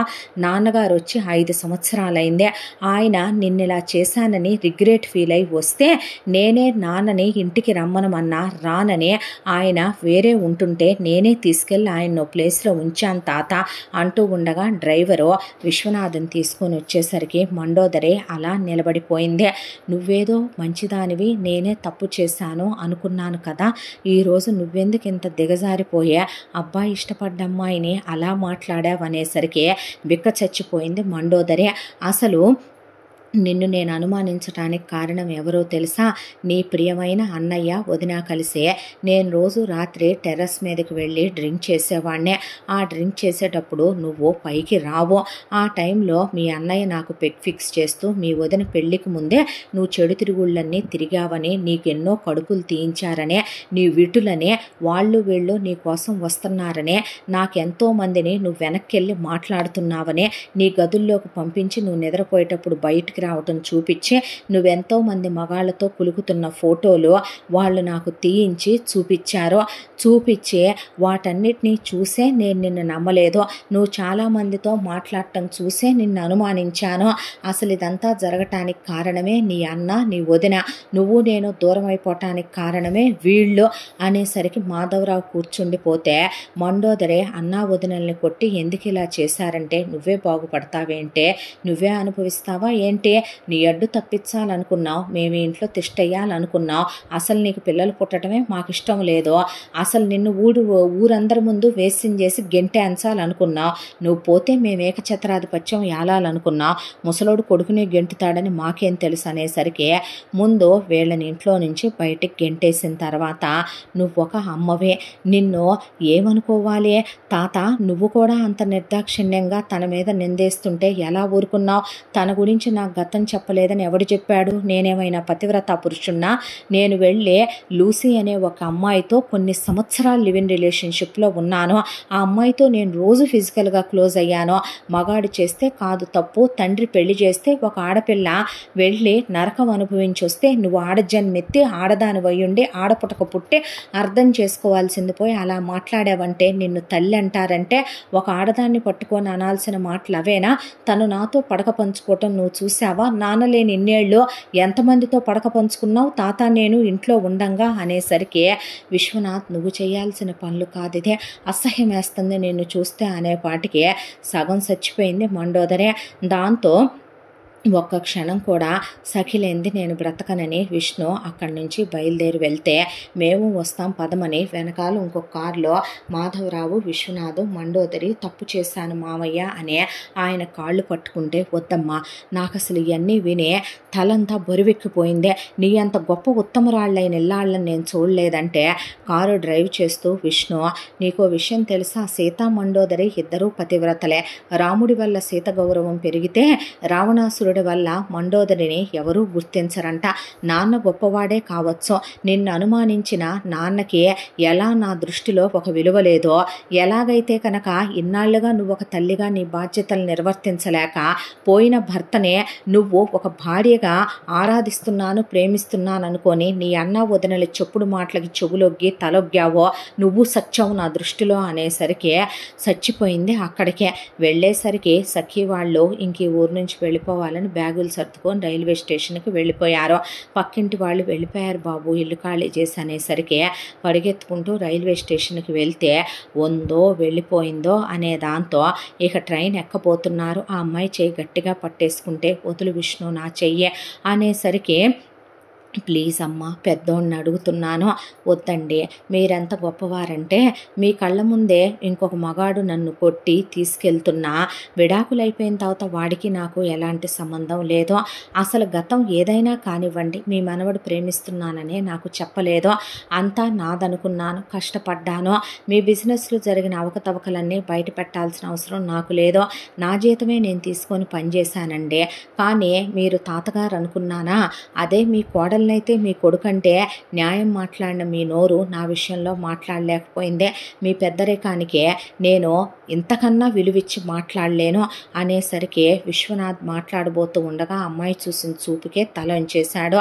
మండోదరి నేను తప్పు చేశాను క్షమించమని ఆ అమ్మాయి కాళ్ళు పట్టుకుందే, మీలాంటి ఉత్తమురాళ్ళని క్షమించేంత గొప్పదాన్ని నేను కాదండి, మొగుడు పోయిన తర్వాత ముస్తాబయ్యే రోజు మొగుడిని నవల్స్లో వీడియోల్లో గుర్తు తెచ్చుకుంటూ పెళ్లి ఫోటోలు చూసుకుంటూ బ్రతికేసే ఉత్తమరాళ్ళైన ఆడోళ్ళు మీరు, మేమంత గొప్పోళ్ళం కాదులేండి అనేసరికి వాళ్ళమ్మ వాళ్ళ అత్తయ్య కాళ్ళు చేతులు పట్టుకొని నేనే తప్పు చేశాను, నేను పతితను కాదు, కానీ నిందని ఇన్నేళ్లుగా నా తోడబుట్టిన వాడి మాటలు నా భర్త వినటం వల్లే నేను మొయ్యాల్సి వచ్చిందే, వాళ్ళని ఇంట్లో పెట్టుకునే నేను ఇలాంటి దాన్ని కాబట్టే ఇన్ని మాటలు పడాల్సి వచ్చింది, మీరన్నా చెప్పండి అన్నాక అమ్మ అత్త బయలుదేరండి అంటే నేను నిన్ను ప్రేమించాను, నీ గతం నేను మన పర్సనల్ అనే వీళ్ళకి చెప్పలేదు, నేను వేరే ఉందామనే ఇల్లు కట్టించుకున్నాను, నా ఫస్ట్ ప్రయారిటీ నువ్వురా, నీకేమైనా అయితే మోస్ట్ ఎఫెక్టెడ్ పర్సన్ నేనేరా, నువ్వు లేకపోతే నేను బ్రతకలేను, నిన్ను ప్రాణం కన్నా ఎక్కువ అనుకొని నీతో జీవితం ఫ్యామిలీ నేను ఊహించుకున్నాను,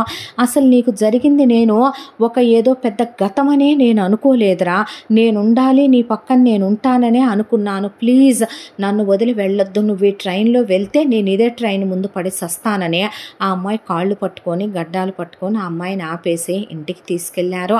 తీసుకెళ్ళిన తర్వాత వీళ్ళందరూ ఎవరెన్ని చెప్పినా సఖి వినలేదు. వినకపోయిన తర్వాత విష్ణు నన్ను పెళ్లి చేసుకుంటావా, నేను చచ్చిపోనా అనేసరికి విష్ణు అన్నాక సుమతి వసంత చేసుకోవచ్చు కదమ్మా, నీకు ఒక మంచి జీవితం వస్తుంది అనేసరికి లైఫ్లో నేను నిన్ను తెప్పను, మనం ఇక్కడ ఉండొద్దు, నెలకోసారి వచ్చి పలకరించి వెళ్ళిపోతాం, మనకి ఇంకా ఎవరితో ఏ సంబంధాలు వద్దు, నిన్నెవరూ ఏమీ అనరు, నేనెవరిని ఏమీ అన్నివ్వను, నీకు సెల్ఫ్ రెస్పెక్ట్ ఎక్కువ నాకు తెలుసురా, నేను ఏ గతాల గురించి ఎత్తనో, నేను నిన్ను ఎవరిని ఏమీ అననివ్వను అని ఆ అమ్మాయిని పెళ్లి చేసుకున్నాడు. చేసుకొని వాళ్ళనుకున్న వాళ్ళ వెళ్ళాలోనే ఆ అమ్మాయితో అడుగు పెట్టించి పెళ్ళైన తర్వాత కాపురం పెట్టుకున్నారు. భార్యాభర్తలిద్దరూ హనీమూన్కి వెళ్ళొచ్చి హ్యాపీగా ఆ అమ్మాయిని చిన్న మాట కూడా అనకుండా తన గుండెల్లో దేవేరిలా ఆ అమ్మాయిని చూసుకుంటూ ఆ వైఫ్ అండ్ హస్బెండ్ ఆఫీస్కి వెళ్ళి అలా బిజినెస్ వ్యవహారాలు చూసుకుంటూ నెలకు ఒకసారి అలా ఇంటికి వెళ్ళిన ఆ అమ్మాయి ఏం మాట్లాడేది కాదు. అంతా దాంట్లో ఆ అమ్మాయిని ఎవరూ ఏమీ అనకపోయినా వాళ్ళన్న మాటలు ఆ అమ్మాయి మనసులో ఉండిపోయాయని తెలిసే విష్ణు అసలేం మాట్లాడేవాడు కాదు. ఆ అమ్మాయిని చాలా హ్యాపీగా చూసుకునేవాడు. సుమతిని వసంతని తమతోనే ఉంచుకున్నారు. ఆ తర్వాత 4-5 సంవత్సరాలకే సఖి మామూలు మనిషి అయిందే. వాళ్ళనేమీ అనేది కాదు. అలా అనే వాళ్ళమ్మ అన్నయ్య మర్చిపోయే ఆప్యాయతతో అనురాగంతో ఆ అమ్మాయి ఎందుకు కలవలేకపోతుందో విష్ణు తెలుసు. బాధలు పడి ఉన్న మనిషి ఎంతవరకని పడతారో, పడుతున్నారు కదా అని మనం అంటూ పోతే వాళ్ళ మనసు ఎన్నని తీసుకోగలుగుద్దే అనేది విష్ణుకు అర్థమై తను మాత్రం భార్యనేమీ అనుకునేవాడు కాదు. చాలా హ్యాపీగా చూసుకునేవాడు. ఆ అబ్బాయి ప్రేమలో ఆ అమ్మాయి చాలా సంతోషంగా ఉండేది. గతాన్ని మర్చిపోయి ఆ తర్వాత 2 పిల్లలు పుట్టారు. ఇలా వీళ్ళ జీవితం సుఖంగా సంతోషంగా ఉంటూ ఆనందంగా ఉంటూ సాగిపోతూ ఉండగా ఇక రవీంద్ర వాళ్ళు మొత్తం జైలు నుంచి మళ్ళీ బయటకు వచ్చారు. సిగ్గులేని మంద. రవీంద్ర వర్ణని పడక సుఖంలో పెట్టి వర్ణ ఆస్తి మొత్తం రాయించేసుకునే వర్ణ చేత పిల్లలు పుట్టకపోవటం వల్ల విడాకులు తీసుకుంటున్నానని సంతకాలు పెట్టించేసుకొని ఇంకో దాన్ని పెళ్లి చేసుకుని తీసుకొచ్చి దాంతో కులకటం మొదలుపెట్టాడు. ఇక వర్ణని ఇంటి పనులు చేయవే అయి చేయవే అంటే నేను చేయనని ఎదురు తిరిగితే ఎముకల్లో సున్నం ఊడిందాకా తన్నారు ఆడోళ్ళు కలిసే. ఆ తర్వాత పగలంతా ఇంటి పని చేస్తూ వర్ణని రాత్రిపూట నీకు వావి వరుసలు లేకుండా నీకు మగాళ్లతో సుఖపడటం అలవాటే కదే అని వర్ణ గదిలోకి రవీంద్ర వాళ్ళ నాన్న, రవీంద్ర వాళ్ళ అక్కల మొగుళ్ళు, రవీంద్ర వాళ్ళ అన్నలు ఒక్కొక్కసారి ఇద్దరు ముగ్గురు కూడా వెళ్ళి సుఖపెట్టని వాళ్ళు వీడియోలు ప్లే చేస్తూ నాతో ఇలా ఉండని వాళ్ళకి నచ్చినట్టు కొడుతూ తిడుతూ ఒక సెక్స్ వర్కర్ని వాడినట్టు, ఒక వేశ్యని వాడినట్టు వాడుతూ ఇంట్లో నుంచి బయటికి వెళ్లకుండా హౌస్ అరెస్ట్ చేసేసి నరకం అంటే ఎలా ఉంటుందో ఒక ఆడదాని జీవితం చిత్రవద చేసినందుకు తోడబుట్టిన దానిలాంటి సఖి మొగుడుతోనే తను వావి వరుసలు మర్చిపోయి కులికినందుకు ఈరోజు అదే నరకం తను పడుతూ తండ్రి మామ పోవటానికి కారణమైంది తను. కన్న తల్లిని అత్తనే నానా మాటలు అని ఆస్తంతా రాయించుకొచ్చుకొని నడివీధిలో నుంచోబెట్టింది తను. ఈరోజు తననే ఒకేసారి వాళ్ళు మొత్తం మగాళ్ళు కూడా వచ్చి రవీంద్ర పక్కనే ఉండే ఇలా అయితే బాగా సుఖపెట్టుద్ది, అలా అయితే బాగా సుఖపెట్టుద్ది అంటూ ఆ అమ్మాయి గురించి వర్ణించి చెప్తుంటే తట్టుకోలేని ఆడజన్మ, భరించలేని ఆ నరకాన్నే ఇక నా వల్ల కాదు అనుకుని ఒకరోజు చనిపోయింది. సూసైడ్ చేసుకునే శవాన్నే అవతల పడేయించారు. పోయిందనే విషయం తెలిసిన కన్న తల్లిగా వసంత కంట్లో చుక్క నీళ్లు రాలేదు. జరిగినాయి అన్నీ వినే ఇలా వాళ్ళు మాత్రం సఖి జీవితం ప్రశాంతపడింది విష్ణుతో అనే మనశ్శాంతిగా పోయిన సుబ్బారావు ఆంజనేయుల ఆత్మలు ఎక్కడున్నా శాంతించాలనే ఇలా కాలం గడిపేస్తూ ఈ కథ ప్రశాంతంగా కంచికి చేరింది. ఇంతటితో ఈ కథ సమాప్తం. మళ్ళీ మరొక మంచి కథతో కలుసుకుందాం. తప్పకుండా మన ఛానల్ని లైక్ చేయండి, షేర్ చేయండి, సబ్స్క్రైబ్ చేయండి, బెల్ ఐకాన్ క్లిక్ చేసి ఆల్ అనే బటన్ ప్రెస్ చేయడం మర్చిపోకండి. ఇంత మంచి కథను మనకు అందించిన కథా రచయిత్రి జి. యామిని శ్రీనివాస్ గారు. మరో మంచి కథతో కలుసుకుందాం. Thank you so much.